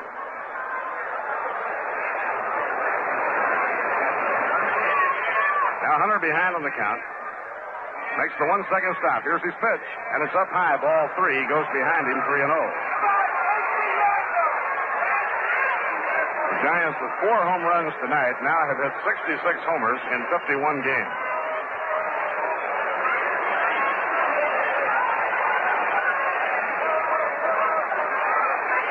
Nothing on Chuck Hiller. Harvey Keene led off the uprising when he hit for Willie McCovey in singles. Low and inside, ball 4, and Hiller walked. Third walk given up by Bill Hunter, and now Keene comes up for the second time in the inning.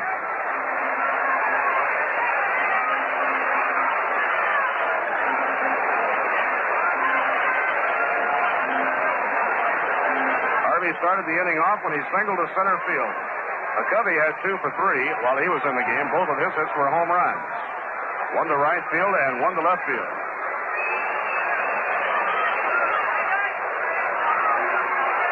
Keene batting at .302.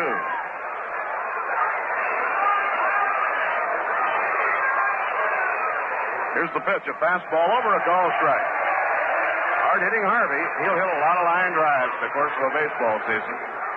Former American League batting champion and a 10-year veteran with a lifetime .300 average.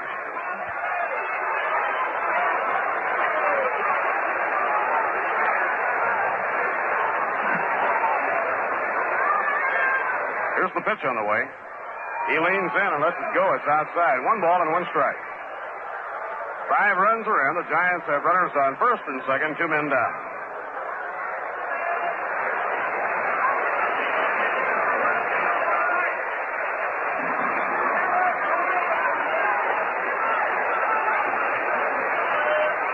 Now Bill Hunter checks the runners, delivers outside and high. 2 balls and a strike. The plate moving around on Bill a little bit, and the count goes 2 balls and a strike. Willie Mays out on the on-deck circle. Willie had a single to center in this inning. Giants now have 9 runs on 12 hits, 1 error. The New York Mets, 1 run on 4 hits, no errors.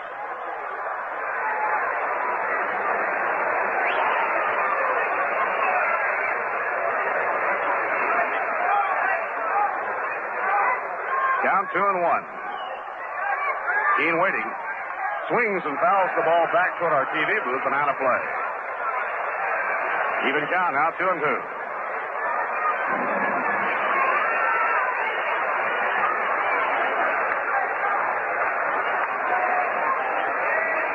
Breeze comes up rather strong just for a moment and kind of swirls some dust around, so they hold up for a second and things calm down. Wind has been blowing out in favor of the hitters.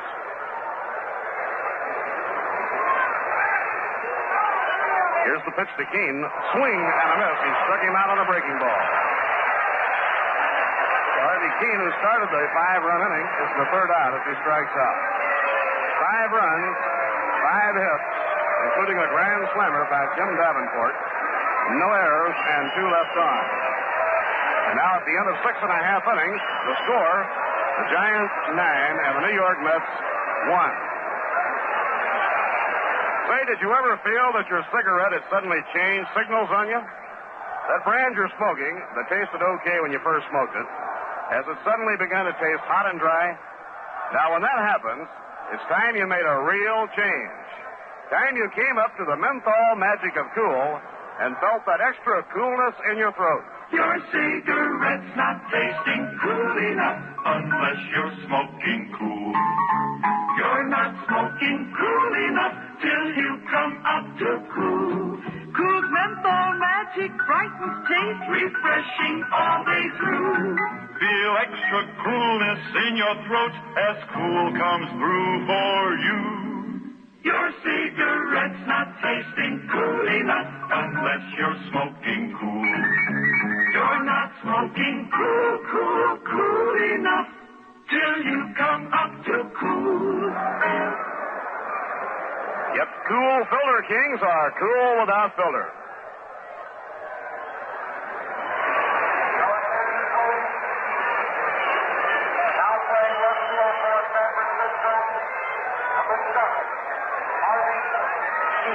Now Harvey Keene takes over left field, and Orlando Cepeda moves over to right. Or check that, Felipe Alou moves over to right. Orlando Cepeda, of course, at first base. Keene came up to hit for McCovey, had 1 for 2 in the inning, and now Harvey stays in the game. He's in left field. In the last of the 7th inning, Harry Cheedy leads off with the New York Mets. He'll be followed by Joe Christopher and then Jim Hickman.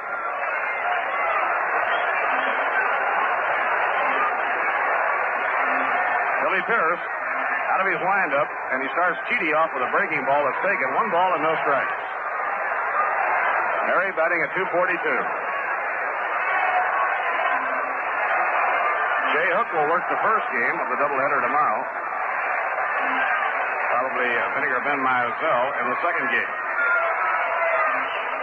Strike one call to short the outside corner. 1 ball, 1 strike. Billy Pierce, 15-year veteran with a world of pitching know-how, moving that ball around, throwing a lot of breaking stuff. He's had his good control. He's walked only 1 man. Foul ball back to the screen. 1 ball and 2 strikes.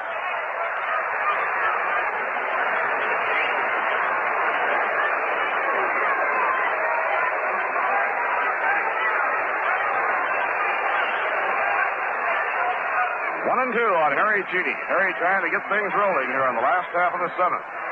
In comes the pitch to him. He lets it go. It's up high, and the count is even now at 2 and 2.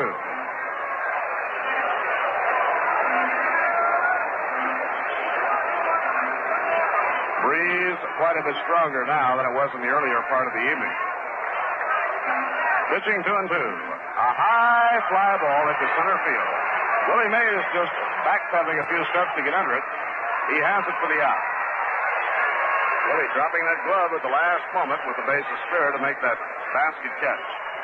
Anytime Willie has a throw to make, he'll play it the other way.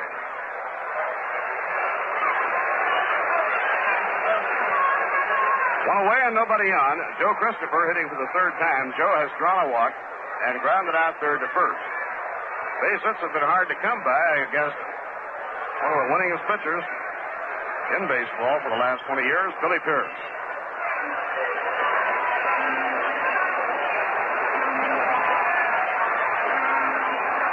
Pitch thrown, a fastball over, a call strike.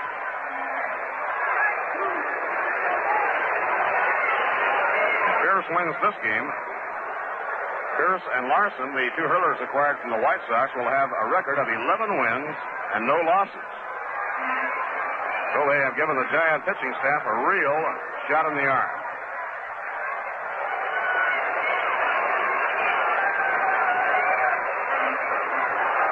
The pitch on the way. Christopher pops the ball high in the air down the third baseline. Backing up is Jim Davenport. He's under it right on the line and takes it for the out in fair territory. 2 up and 2 set aside by Billy Pierce, and that brings up the right fielder, Jim Hickman. Jim has fouled out and lined to base it in the left center field.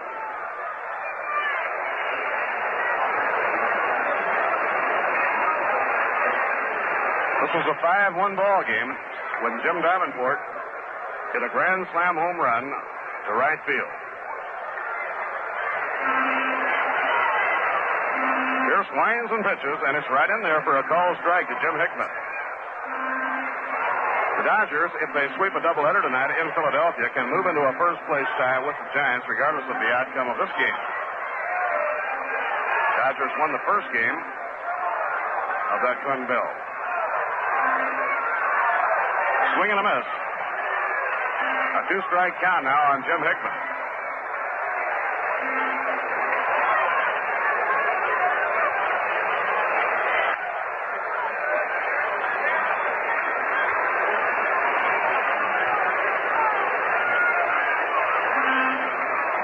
Off the outside corner. 1 ball and 2 strikes.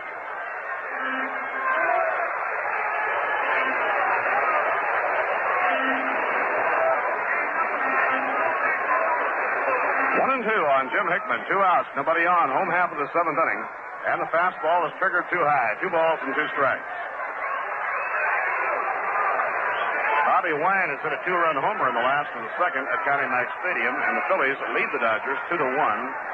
In the home second of the second game of that twilight doubleheader. Dodgers won the first game 11-4. A high fly ball, not too deep, to left field. Hustling out is the shortstop, Jose Pagan, and he takes it for the out. Well, it's a very strong inning for Billy Pierce. He gets the Mets in order in the last half of the 7th. No runs, no hits, no errors, none left on. At the end of 7 innings, the score, the Giants 9 and the New York Mets 1. Well, we hope you're going to be with us tomorrow for the excitement of the doubleheader between the Mets and the Giants starting at 1 o'clock. Tickets will go on sale.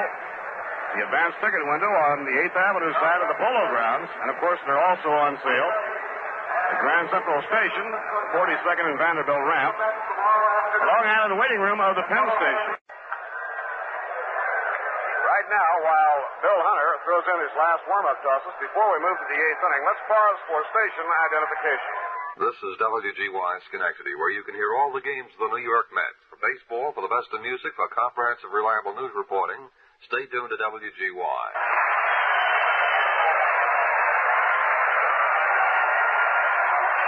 Willie Mays coming out to lead off in the 8th inning. Willie has 2 for 4. He's been hitting over 500 over the last 8 games. He's hiked that average over 60 points.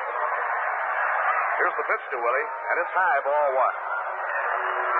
Willie 2 for 4 tonight, including a home run, his 17th of the year.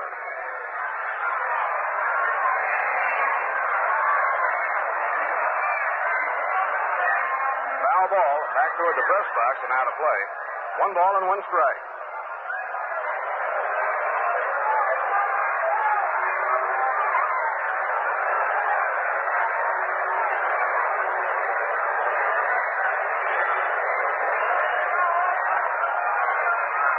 One count on Willie. Bill Hunter pitching his 3rd inning of relief. Fires, and it's a high fly. Hit the right field. It's going to be hard to get to. Coming over is Hickman. He's under it now. And Jim makes the catch for the out. The ball was hit high enough to give Hickman a chance to get over toward the line and get under it. One away. Nobody on now in the top of the 8th inning. The batter is Orlando Cepeda. Cepeda hitless in 4 times up. He came into the game leading the National League in batting with an average of .350.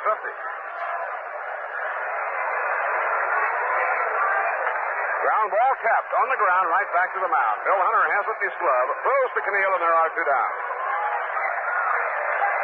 So Cepeda, who has been wielding one of the hottest bats in baseball, has been held in check on 5 trips to the plate tonight by the New York Mets. Bobby Wine's 2-run homer has the Phillies leading the Dodgers 2-1 at the end of 2.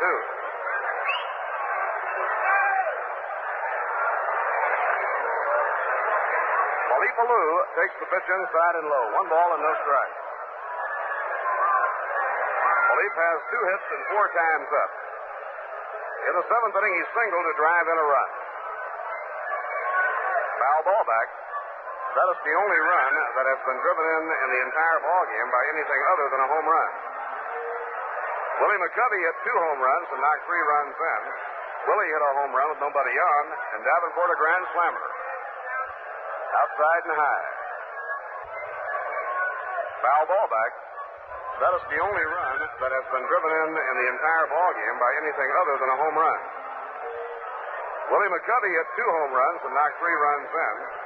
Willie hit a home run with nobody on, and Davenport a grand slammer. Outside and high. 2 balls and 1 strike now to Palipaloo.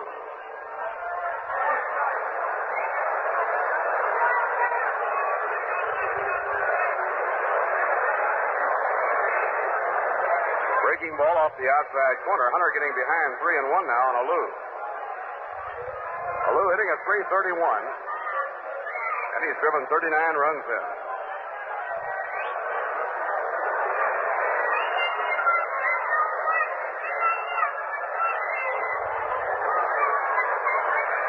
Pitching 3-1. And it's a foul ball, fly ball hit right down the right field line, and it is a fair ball bounding off the wall. On his way to second goes Alou, and he slides in safely with a double. Real strong throw by Jim Hickman. He pegged that ball like a fastball from the fence in right into Elio Chacon, but not in time. So Palipaloo has his 3rd hit, an opposite field double off the fence in right field.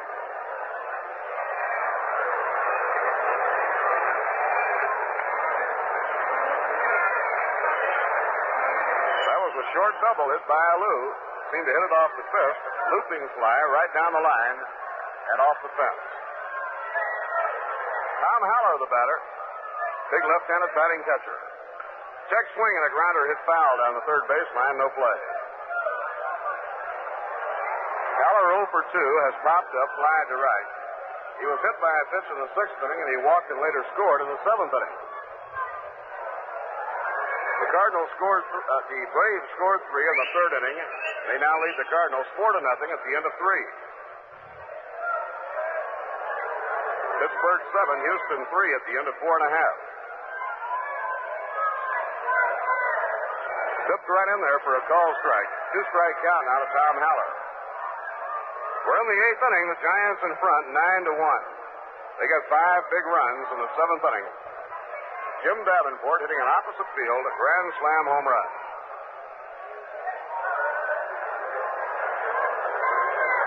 Now Bill Hunter shaking off a sign.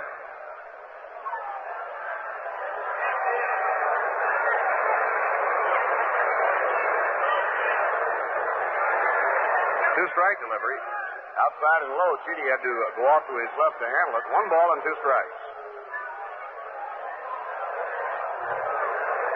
2 games tomorrow, 1 Sunday. Then the Mets will be out on the road until June 15th. They open their next homestand on the 15th.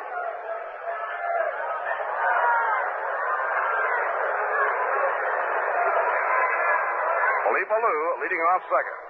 Swing and a miss. He struck him out. Tom Haller struck out by Bill Hunter. Giants out in the 8th inning with no runs, 1 hit, no errors, 1 left on. Now at the end of 7.5 innings to score, the Giants 9 and the New York Mets 1. And now here's a bit of up-to-date Dixieland jazz.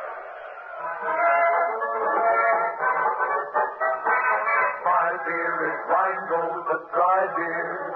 Think of Rheingold whenever you buy beer. It's not bitter, not sweet. It's a dry flavor treat. Won't you try extra dry Rheingold beer?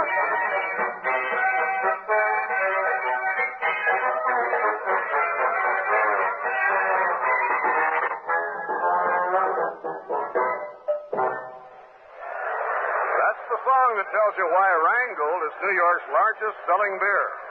Because it's dry beer. Extra dry. Those 2 little words tell you that Rheingold is brewed the long, slow, costlier way for extra refreshment. So try a glass along with the game and discover the difference dry makes.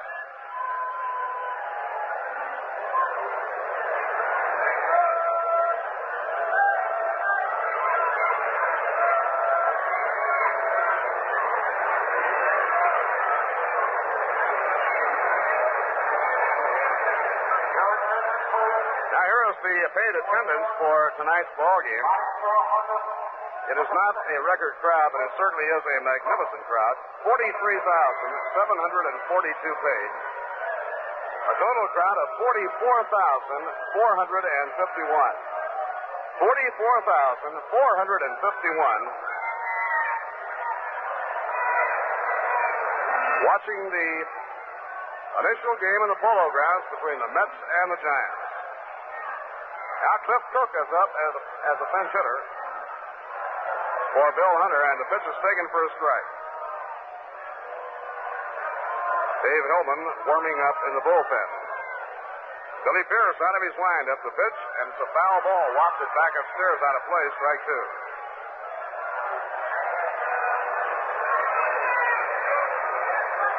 Third baseman Cliff Cook batting for pitcher Bill Hunter.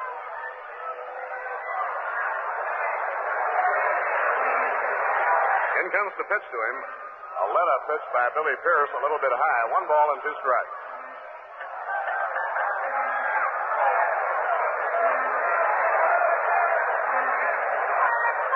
Hunter in relief pitched 3 innings. 2 of the 3 he got the Giants out, but in the 7th inning gave up 5 runs. Swing and a miss on a breaking ball. The ball is dropped by Tom Haller. He picks it up. He'll have to hurry the throw. Out at first base on a close play. The third strike was dropped by Tom Haller, and as he started to pick it up, he accidentally kicked it, and it rolled away from him. By the time he ran it down and fired to first, it was a close play.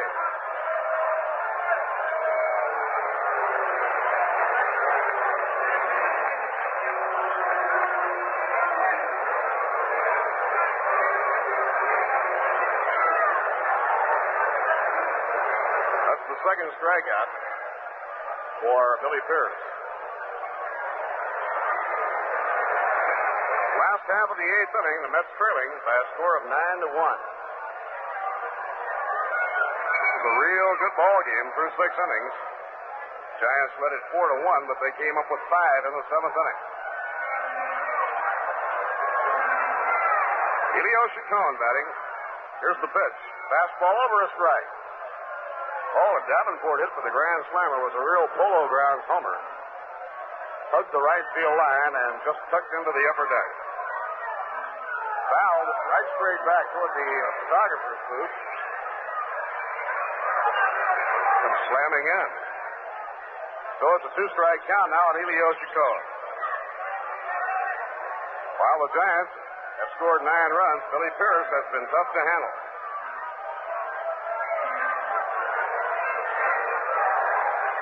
Outside and high, Elio Chacon laying off of it. 1 ball and 2 strikes.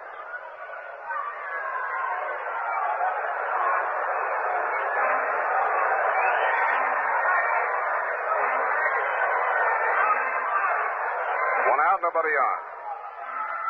And it's popped up a foul ball back toward the crowd. Running hard is Tom Haller. He cannot get a play on it. Ball just beyond his reach. Around the corner of the dugout, it hit against the warning path and bounced up into the crowd. 1-2 on Elio Chacon. The lone run by the Mets tonight came on a home run by Rod Cannell. Rod getting his first major league home run. Since that time, Billy Pierce has retired 7 straight men.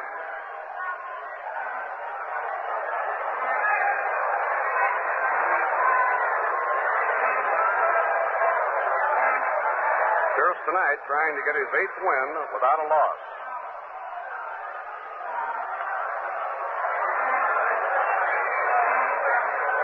Here's the windup, the 1-2 pitch.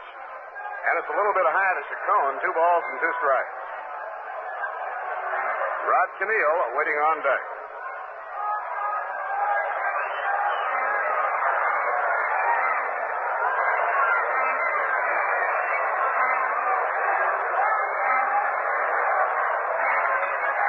Pitching 2-2. Elio goes right after it, but it's a foul ball that will be out of play. Coming right straight back upstairs. So Tom Haller has to readjust his mask. He started after that one and saw he had no play.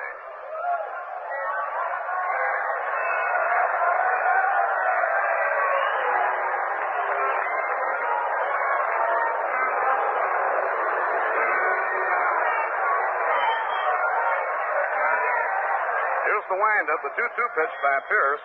A smash towards short, taken on a hop by Jose Pagan. The peg is high. Save at first base. High throw by Pagan. Cepeda had to jump for it. He caught the high throw, but when he got back to the bag, Elio had beaten him. So it's an error charged on the throw to Jose Pagan.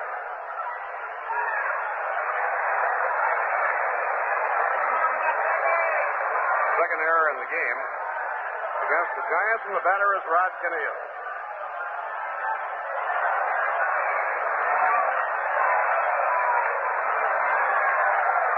Here's the pitch, a line drive hits foul into the crowd. No play. Rod hit a home run into the upper deck in left field his last time up. And by hitting the home run,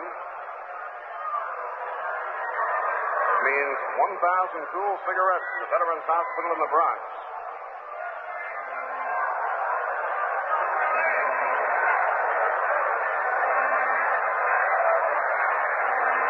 Elio Chacon leading off first.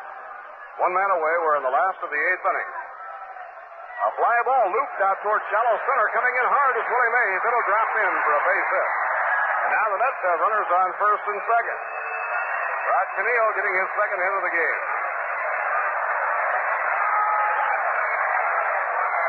2-men are on, and the batter will be Charlie Neal. Charlie hit a long line drive to deep left center field back in the 3rd inning, and it got over the head of Philippe Alou for a 3-base hit. He really tagged it. He's hit the ball hard all 3 times up tonight and has 1 hit to show. Now we'll get some warm-up action for the Giants. Bob Bolin, a right-hander, will start loosening up. The Giants own a 9-1 lead. We're in the last half of the 8th inning.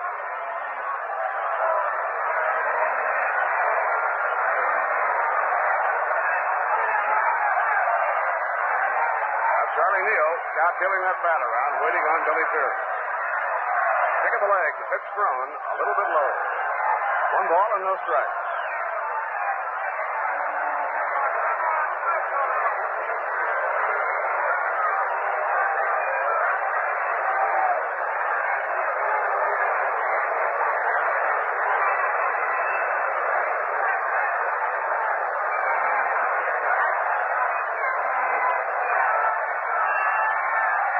Stretch, and the pitch to Neal. A line drive hit down the left field lane. A base hit from the left field corner. Stone around third is heading in. The throw is coming to second. The slide by Neal. He's in with a double.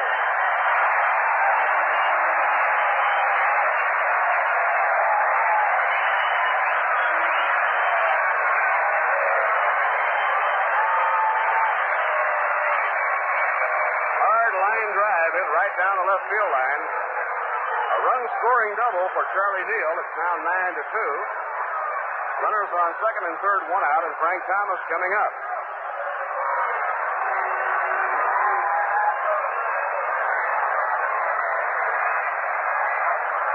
Neal getting his second extra base hit of the game.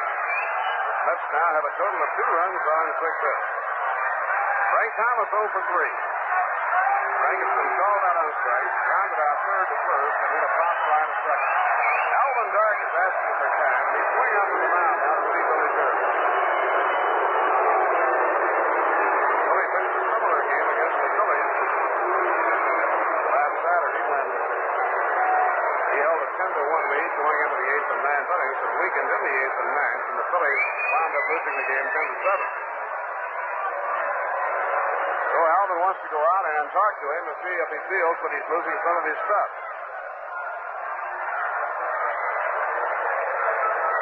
Bob Bolin, a right-hander, is warming up in the bullpen.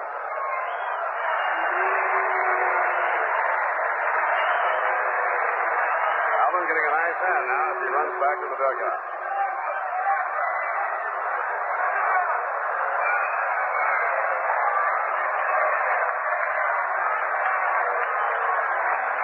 Thomas hitting with runners on second and third, 1 down. Frank hoping he can pick the 2 men up. In comes the pitch. Brown smash, a base hit going into left field. Josh Canito is in the score. Here's Charlie Neal with the green light. He'll score. 2 runs are in on the base hit by Frank Thomas.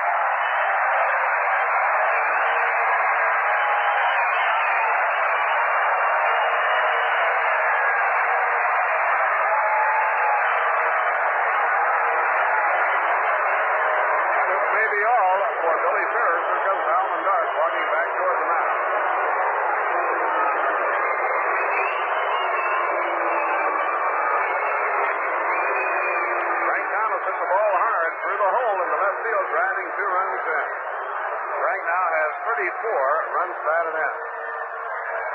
Bob Bolin, a right-hander, has been cranking up out in the bullpen.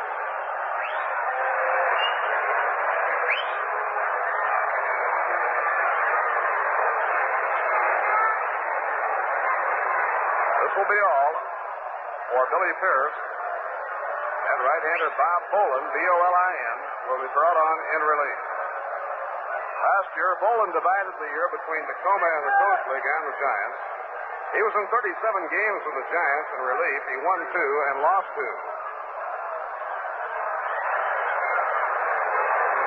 So the new pitcher is Bob Bolin, B-O-L-I-N. This year, Bolin has been in 9 games, won none and lost none. He's worked a total of 10 and a third innings. His earned run average is 3.48. Pierce going out of the game in the 8th inning. The Mets, who consistently all year have been battling back in the 8th and 9th innings. Now the hand is for Billy Pierce as he leaves the scene.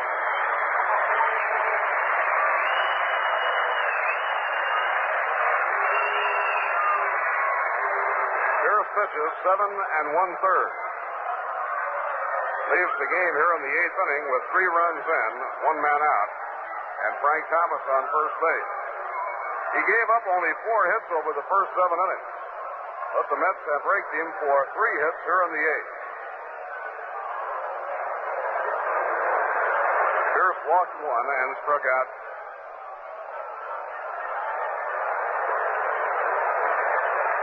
Bob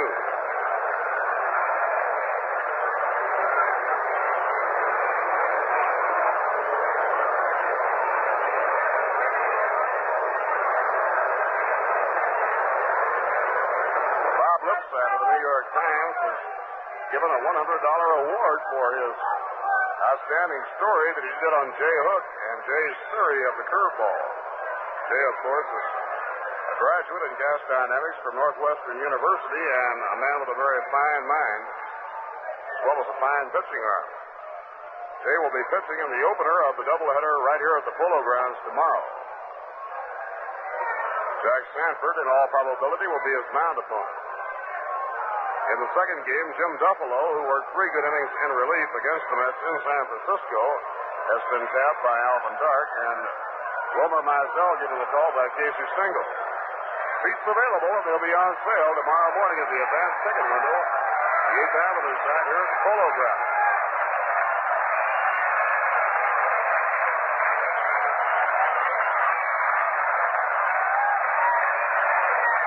Felix Mantilla is up against right-hander Bob Boland.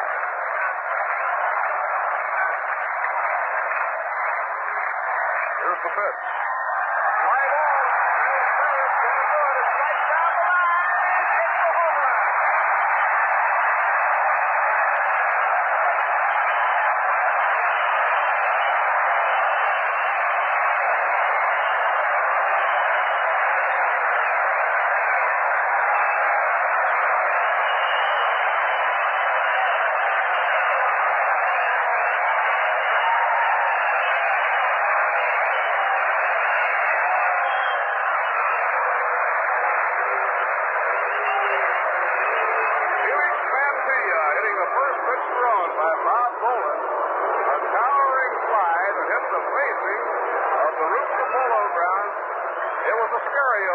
It's right down the line. It's a home run. Facing of the roof. Hit Boucher now will hit for Harry Cheedy.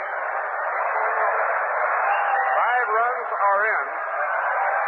Here on the last of the 8th inning, and this is now a 9-6 ball game.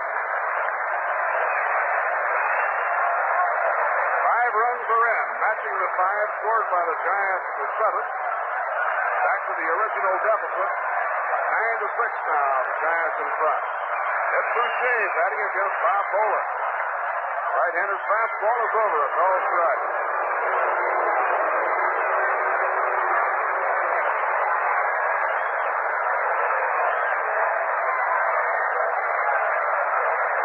Smith's fighting back in the 8th inning.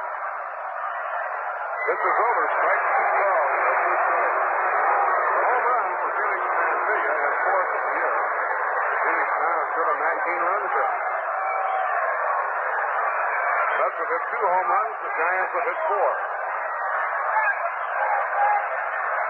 Now Boland, the big blonde right-hander. Winds in comes his pitch. Strike 3 call. Ball over. All out. Now there are 2 away, and before Joe Christopher comes up, let's pause for station identification. You are tuned to WGY Schenectady, your New York Mets station. Bob Murphy with Lindsey Nelson and Ralph Kiner from the Polo Grounds. 9-6 the score now. Mets trailing by 3. Joe Christopher facing right-hander Boland. Joe has drawn a walk, grounded out, and popped up. Off the catcher Smith to the backstop. No damage done, nobody on. 1 ball and no strikes.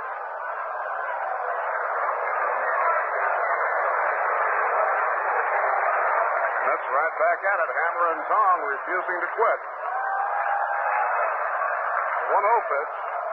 Taking a high. Ball 2. 2-0.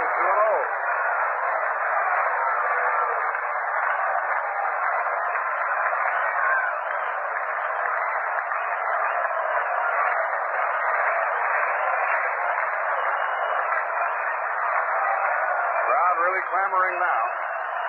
Here's the 2-0 delivery by Boland. Fastball that's in there. A call strike. 2-1.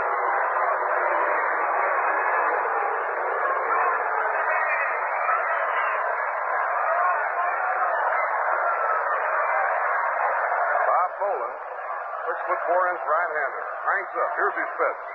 Breaks foul back into the net. No play, and the count is even on Joe Christopher at 2-2. Golden out of Hickory Grove, South Carolina.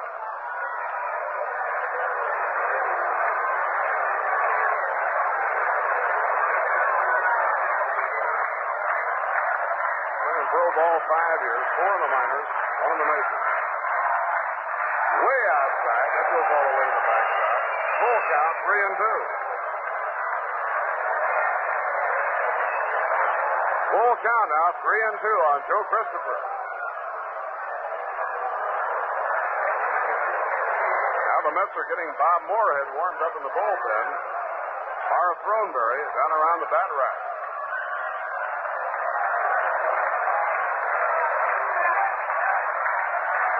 Runs in the last of the 8th inning. 3-2 delivery. Ball 4 and Christopher.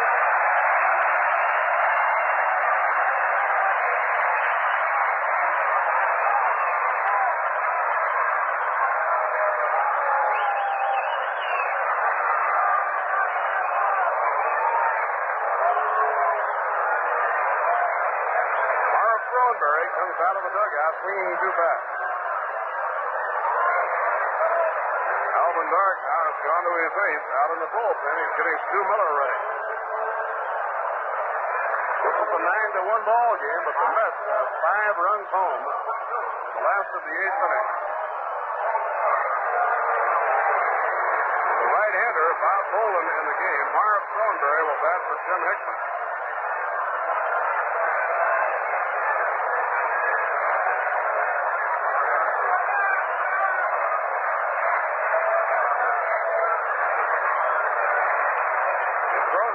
Keep it going. Cliff Cook will be scheduled. He hit for Bill Hunter here in this inning. He was struck out leading off what is now a 5-run inning. Now Boland up in pitching position, delivers a check swing and a foul ball back to the crowd. Throneberry didn't need to hit that one. He was trying to get out of the way. His hitting job, all bears will tell you, is certainly one of baseball's toughest tasks.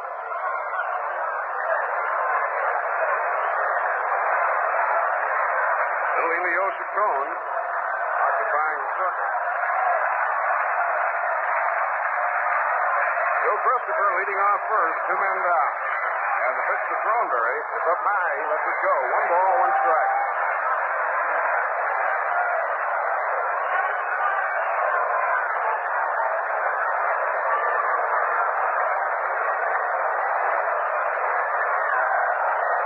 They have the infield and the outfield swung around to right, trying Throneberry to pull.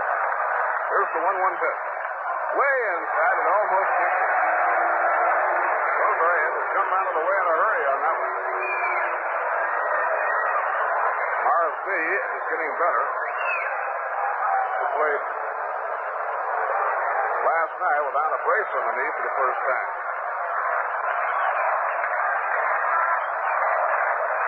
9-6, Giants leading. We're in the last half of the 8th inning.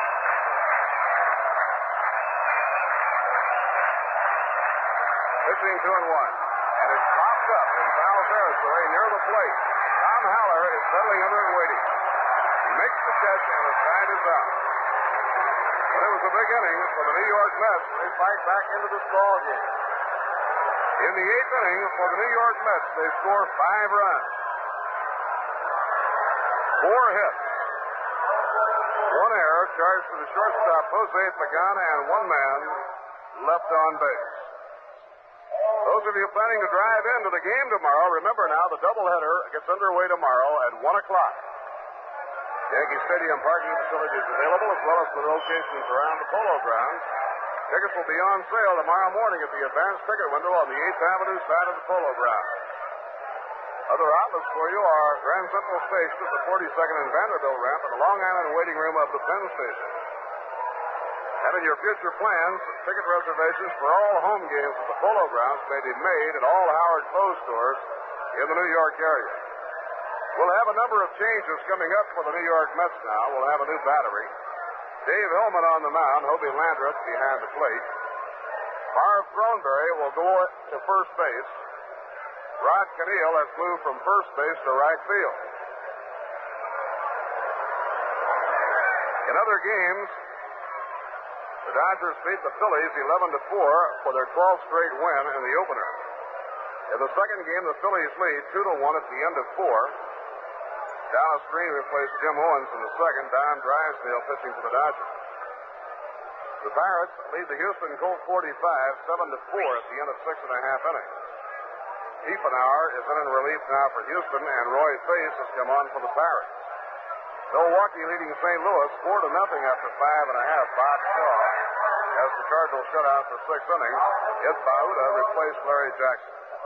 Cincinnati won a day game from the Cubs 5-2. They got 4 of their 5 runs in the first inning, and Joey J went all the way for the victory with Don Cardwell losing. Gordy Coleman and Ken Hubbs had home runs in the game. Cleveland 4, Detroit nothing at the end of 6.5. This is Jim Perry against Frank Larry. They're in the last of the 9th inning in Baltimore with the White Sox leading the Orioles 2-1. Hall relieved Pappas in the 9th. Bauman and Lown have both come on in the 9th inning in relief of Ray Herbert. So the Orioles must be threatening in the last half of the 9th inning. Washington 3, Minnesota nothing after 5.5. Kansas City won the Red Sox nothing after an inning and a half. Jose Pagan, another Jim Davenport, will be leading off now in the 9th inning.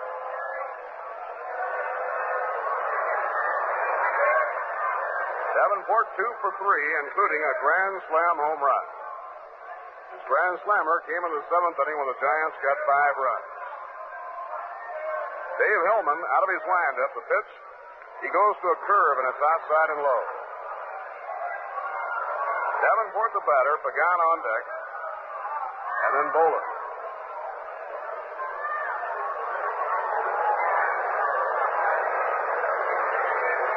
Now the 2-0 pitch. A little bit high. He goes behind him, 3-0. Obie Landreth working behind the plate now.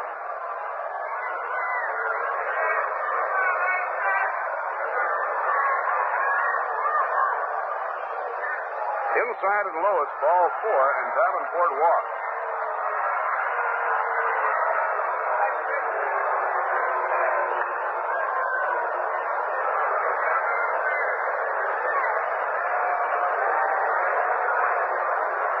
Jim Davenport has been up in the game 5 times tonight, been on base all 5. Walked twice, 2 hits, and he reached once on a fielder's choice. San Francisco, 9 runs on 13 hits and 2 errors. The New York Mets, 6 runs on 8 hits.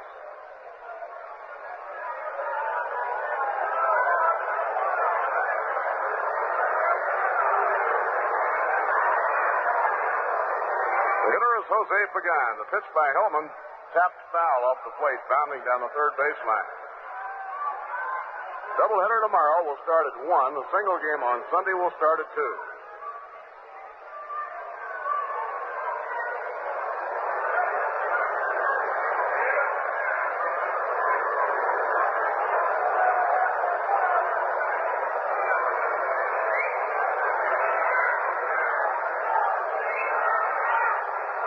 Thornberry holding against the runner.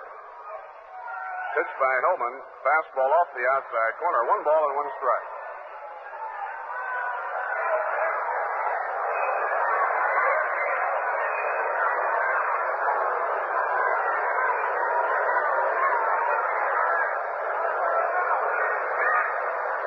Casey Stengel, with a new battery in the ballgame, had the option of placing Hillman and Landreth in the batting order.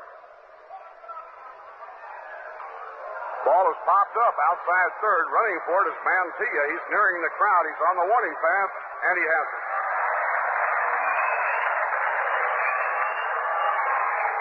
Felix Mantilla taking the pop foul. 1 down in the top of the 9th inning, and the pitcher, Bob Bolin, will be coming up.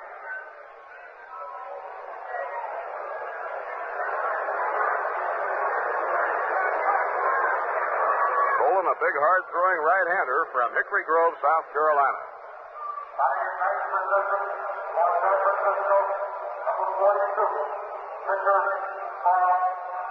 This will be Bolin's first time up. He came on to relieve the veteran Billy Pierce. Over the first 7 innings, Billy Pierce was in complete control. He allowed only 4 scattered hits. But he tired in the 8th inning, and the Mets hopped right on him.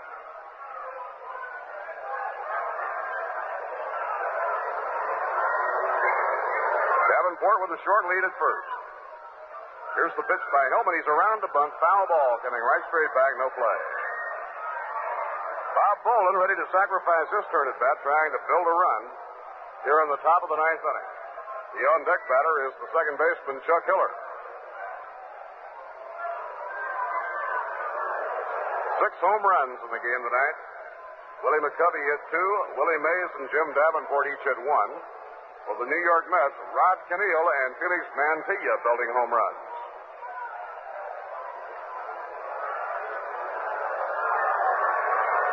Here's the pitch. He's around the bunt. Bunts it foul down the first baseline. That was a pitch that was way inside. He was trying to jump back to the plate and used that bat to kind of defend himself and bunted the ball foul and getting out of there in a hurry.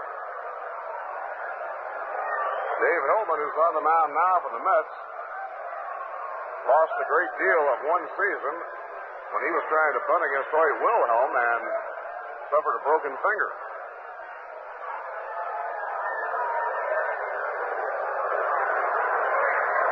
Now let's see if they have Bolin try to bunt the third strike. Davenport a short lead. Here's the stretch. He's around the bunt. Takes it, and it's outside. 1 ball, 2 strikes. Casey could have placed either Obie Landreth or Dave Hillman in the number 9 spot in the batting order. The number 9 position, 1 and 2, will be coming up for the Mets in their half of the 9th inning. 9-6, the Giants in front.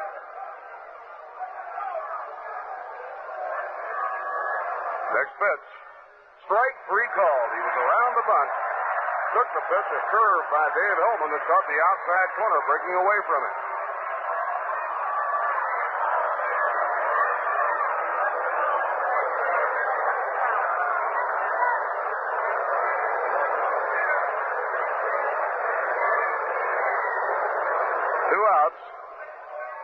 Davenport on first. The batter is Chuck Hiller. Second baseman Chuck Hiller has 1 hit in 4 times up tonight. He's batting at .262.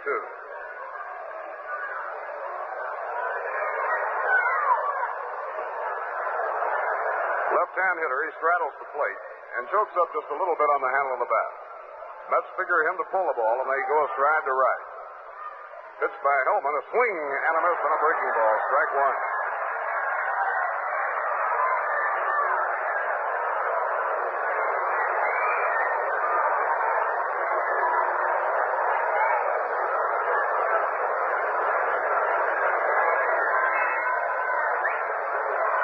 Strike count on Chuck Hiller. The young second baseman waiting. Ignores the pitch and it's outside. 1 ball and 1 strike. It's interesting to note that 3 of the 4 clubs that figure to battle for the National League pennant this year are going with comparatively inexperienced double play combinations. They're going with youth that has a lot of talent. Now throw to first, not in time. The Dodgers have an established star at short in Maury Wills, but they have a rookie at second in Larry Burright. Giant double play combination of Hiller and Pagan. Both are very young. Now the pitch. Just off the inside corner, 2 balls and a strike. St. Louis Cardinals have a fairly new double play combination in Julian Javier and Julio Gotay.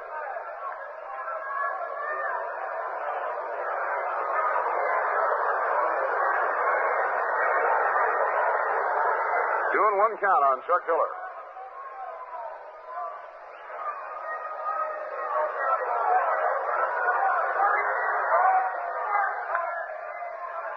Pitch thrown by Hillman is way up high, ball 3, and the count 3-1.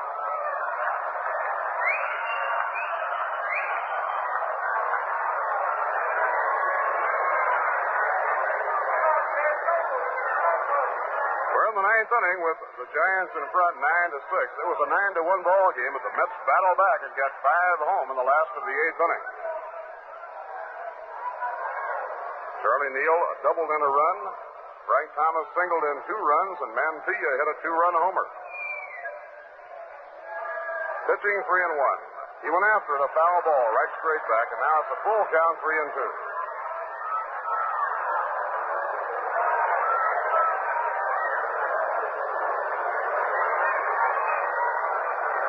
On Chuck Hiller. This means that Jim Davenport will be running with 2 men down on the top of the 9th inning.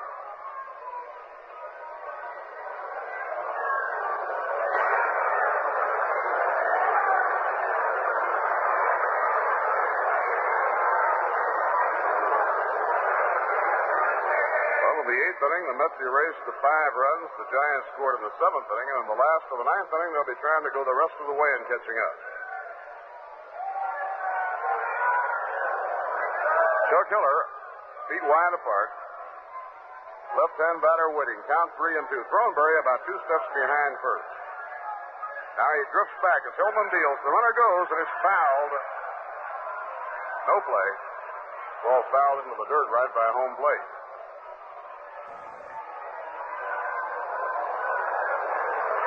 Lars Throneberry holding Davenport close until the last instant, and then dropping back toward fielding depth to that left-hand hitter up there.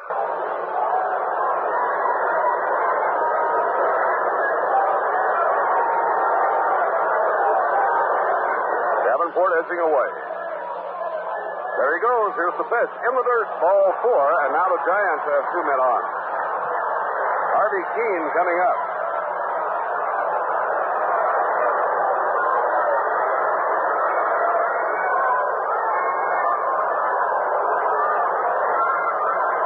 Second walk by Dave Hillman. Harvey Keene has batted twice in the game, both times in the 5-run 7th inning. He singled starting the inning off, and then he was struck out for the final out. Roger Craig worked the first 5 innings. Roger gave up 4 runs. Bill Hunter in 3 gave up 5 runs. The Mets got 5 off Billy Pierce. They have 1 off Bob Bolin. Pitching to Keene. In there at the knees. Strike 1 call.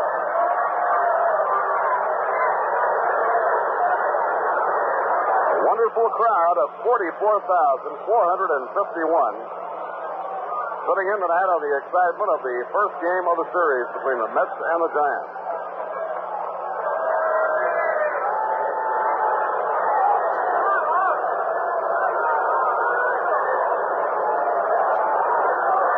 Here's the pitch on the way. Blazing fastball over a strike. A throw to second, but it's not in time. Obi Landra flipping the ball to Elio Chacon. They try to catch Jim Davenport. Now a 2-strike count on Harvey Keene.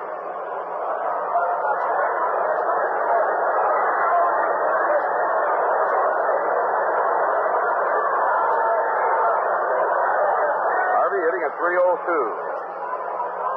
Veteran right-hand batter waiting. Tillman makes the stop. Now the pitch. Breaking ball that didn't act up for him. It stayed up high. 1 ball and 2 strikes.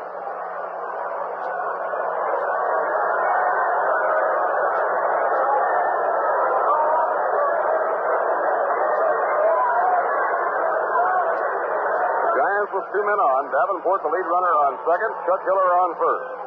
2 men away. Dave Hillman checks in with Obi Landra.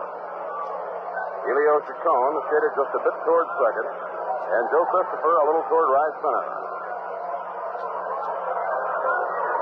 Pitching 1-2. A smash caught in the glove hand by Dave Hillman.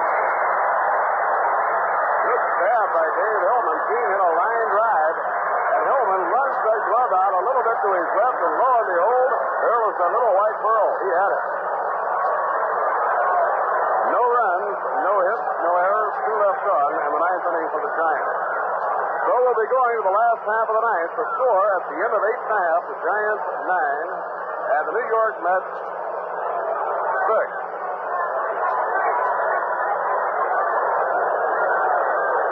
Well, folks, the Mets may be New York's brand new team, but they've got some famous New York names going for them. New York baseball fans certainly are familiar with many of the well-known names from the past. And what about Rheingold beer? Now, there's a famous New York name, Rheingold. The largest selling beer in town year after year after year. Why is Rheingold so popular? Because it's more refreshing naturally. And why is it more naturally refreshing? Because it's dry. That's right. Dry tells you why Rheingold has a taste all its own. It tells you that Rheingold is brewed the long, slow, costlier way to taste brisk and bright and clean clear through. Why not try a glass of Rheingold along with the game and see that there is a difference you can really taste. You'll join the millions who already say, my beer is Rheingold the dry beer.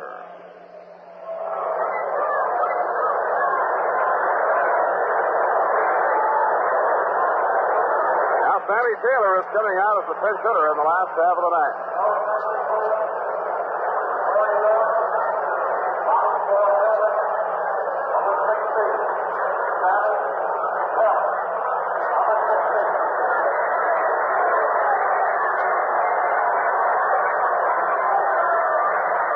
Of the ninth inning. Stu Miller cranking up in the bullpen. Bob Boland pitching for the Giants in relief of Billy Pierce. Sammy Taylor is up, batting left-handed against Boland to lead off the last of the ninth. And here we go. Ball one, it's outside. The Mets scramble back, getting 5 home in the 8th inning. They trail by 3 here in the last half of the ninth.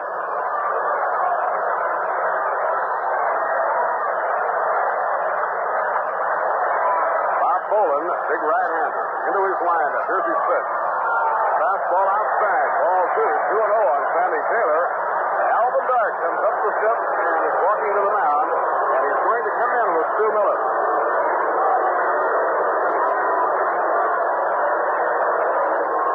Alvin Dark walks out to the plate umpire, Augie Donatelli.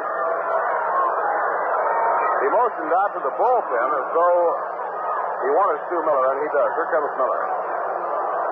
Alvin hasn't been on the mound as yet. Jim Davenport takes the opportunity to scamper over to the dugout for a moment. So with a count of 2-0 on Sammy Taylor, Stu Miller is coming in the game.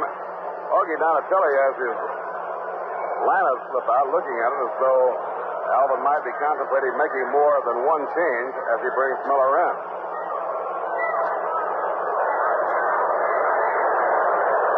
9-6.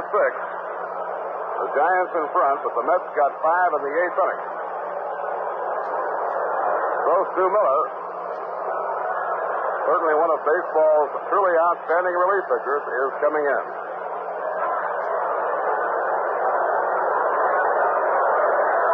This year, Stu has won 3, lost 1. This will be his 18th ball game. His earned run average is 1.7.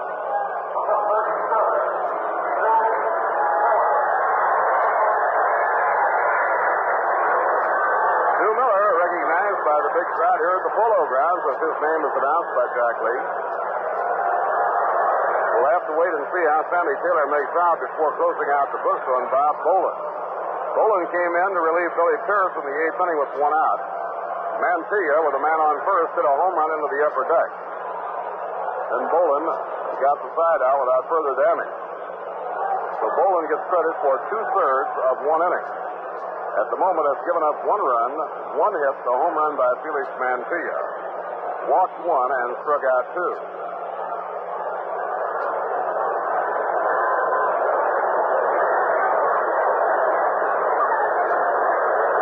Stu Miller on in the 9th. In the 5th inning at Connie Mack Stadium, the Los Angeles Dodgers came up with 3 runs. They have come from behind and now lead the Phillies 4-2 at the end of 4.5. The Dodgers won the first game handily, 11-4 for their 12th straight win. Stan Williams was the winner with Paranowski relieving Philly, 11-4 for their 12th straight win. Stan Williams was the winner with Paranowski relieving in the 6th. Paul Brown was the losing pitcher. There in the last of the 8th inning in Pittsburgh, the Pirates lead Houston 8-4. At the end of 6.5, the Braves lead the Cardinals 4-0. In a day game, Cincinnati beat the Cubs 5-2.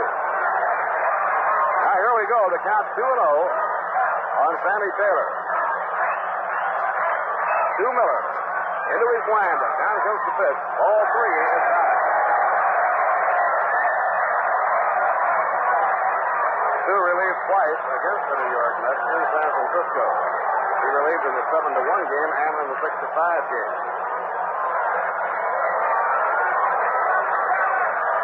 Yes, that's the baseball tough team. Ball 4 is very good. So the walk is charged to Bob Bowler.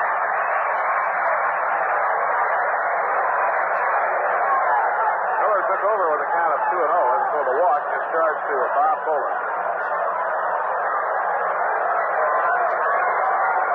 Now Elio Chacon will be up. Elio has 1 hit, a double, and 4 times up tonight. That's 3 runs behind. Bob Miller is coming in from the bullpen, I believe, to run for Sammy Taylor. Bob Miller will run for Sammy Taylor.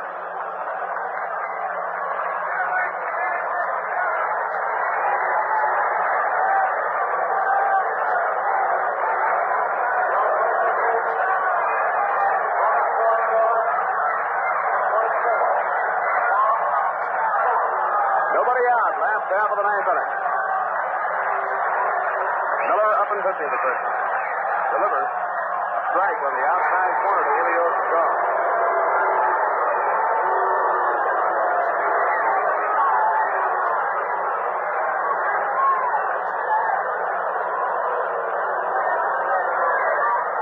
Now Elio wants Augie Donatelli to have a look at the ball, and Donatelli says he can detect nothing wrong with it and puts it back in play.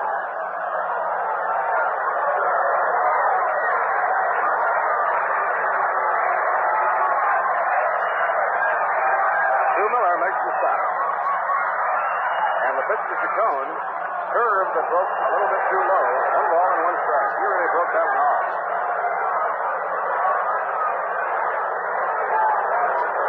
Now Alvin Dark has Don Larson loosening up out the bullpen.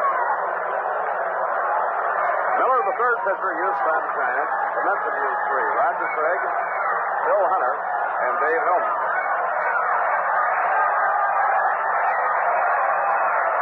Most of the big crowd still right here. Pitching 1-1. Inside the letters, ball 2-1. Rod Cannell in the on-deck circle, and then Charlie Neal. San Francisco, 9 runs on 13 hits. The New York Mets, 6 runs on 8 hits. Doubleheader tomorrow, starting at 1, single game Sunday. Here's the 2-2 pitch. Breaking ball outside, ball 3. That ball was thrown so slow that Elio kept leaning in and watching, waiting. It laid off of it, and it broke outside, 3-2. Bob Miller running for Sammy Taylor is on at first with nobody out.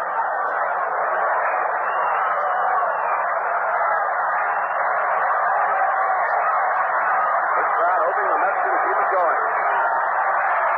Pitching 3-2 with the runner going. A high fly ball hit the left field. Moving over is Harvey Keene on the warning path. He's under it. And he hands it to the out. Miller was running and has to come back as Chacon flies to left. Elio had the polo ground stroke. He pulled it, but it was very high. Not quite far enough.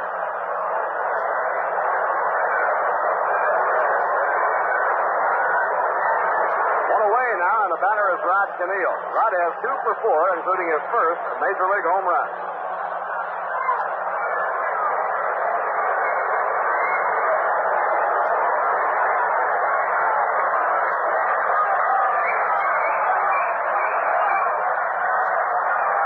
Now Stu Miller up and pitching the pitch.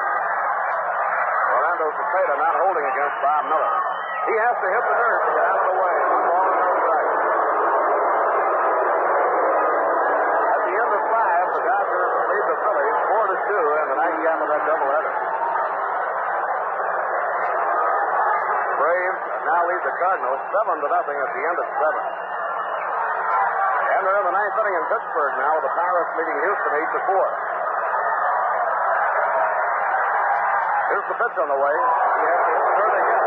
Ball 2-0.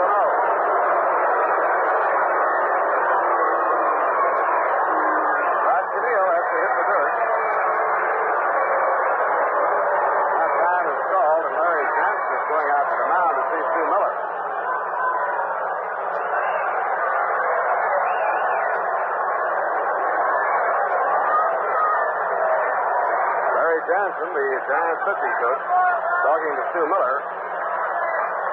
Obviously, he and Al Dark detected something that bothered them on the two high pitches thrown by Stu Miller. They wanted to go out and check with him and make sure his arm is all right. Down 2-0 on Rod Canillo.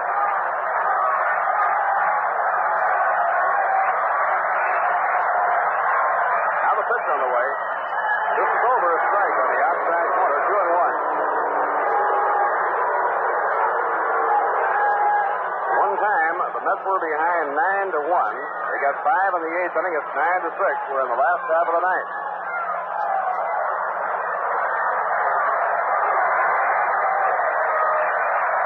The 2-1 pitch. A ground ball now towards shortstop. McCovey over to second for 1. Hiller on to Cepeda. Save for third. Rod Canillo's running speed broke up the double play.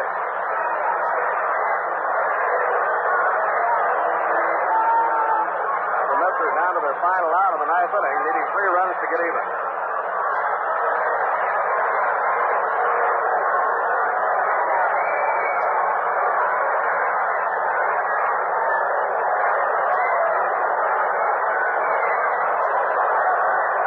Charlie Neal has a double and a triple his 4 times up tonight.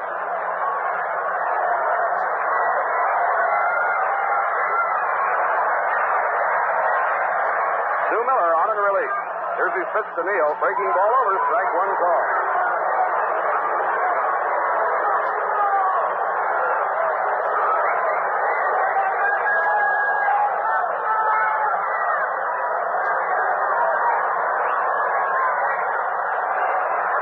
Now Miller checks the runner, Rod Canillo. Pitch to Charlie Neal. Breaking ball inside, down around the knees. 1 ball and 1 strike.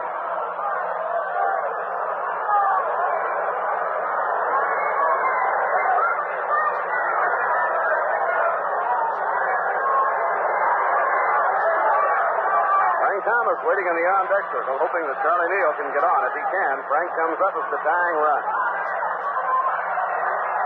Pitch to Neal, a swing and a miss on a breaking ball. Stu Miller, a real puzzle not only to the Mets, but to every ball club. Outstanding relief pitcher.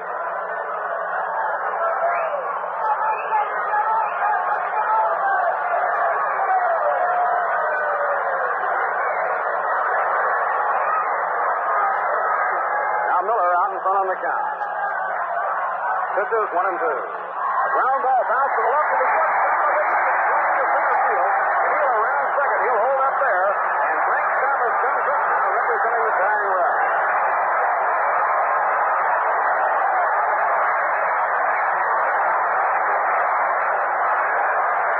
Charlie Neal keeps the hopes alive. Desperation base hit. He was down to his final strike with 2 down in the last of the ninth inning. Charlie is his 3rd hit in the ballgame, 3 for 5. Frank Thomas singled to left field, driving 2 runs in his last time up. Frank now has 34 runs batted in. 9-6 to score, Giants in front. 2 down last of the ninth inning, and Frank Thomas the hitter.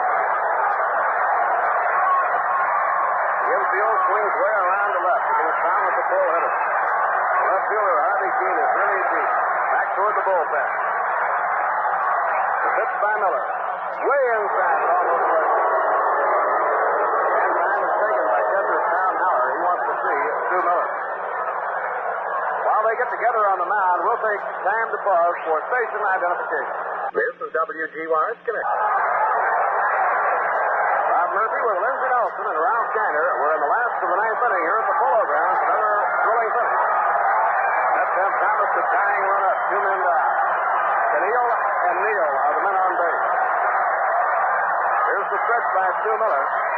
Down comes the pitch. A line drive foul. Hard, but foul down the left field line.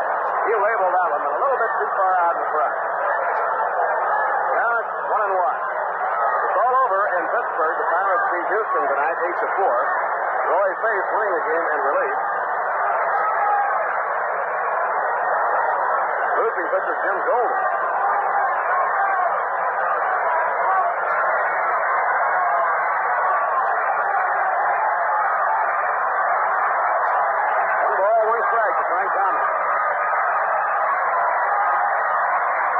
Taking time. Now he's up in pitching position.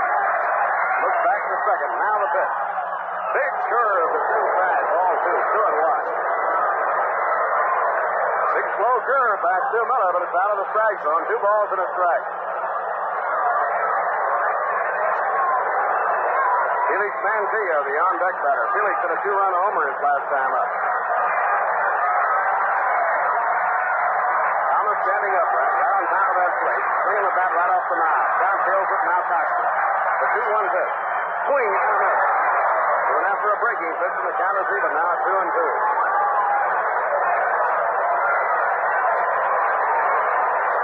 2 balls and 2 strikes on Frank Thomas, and again the Mets have been pared down to their final strike, and they're still battling, hoping they can do it.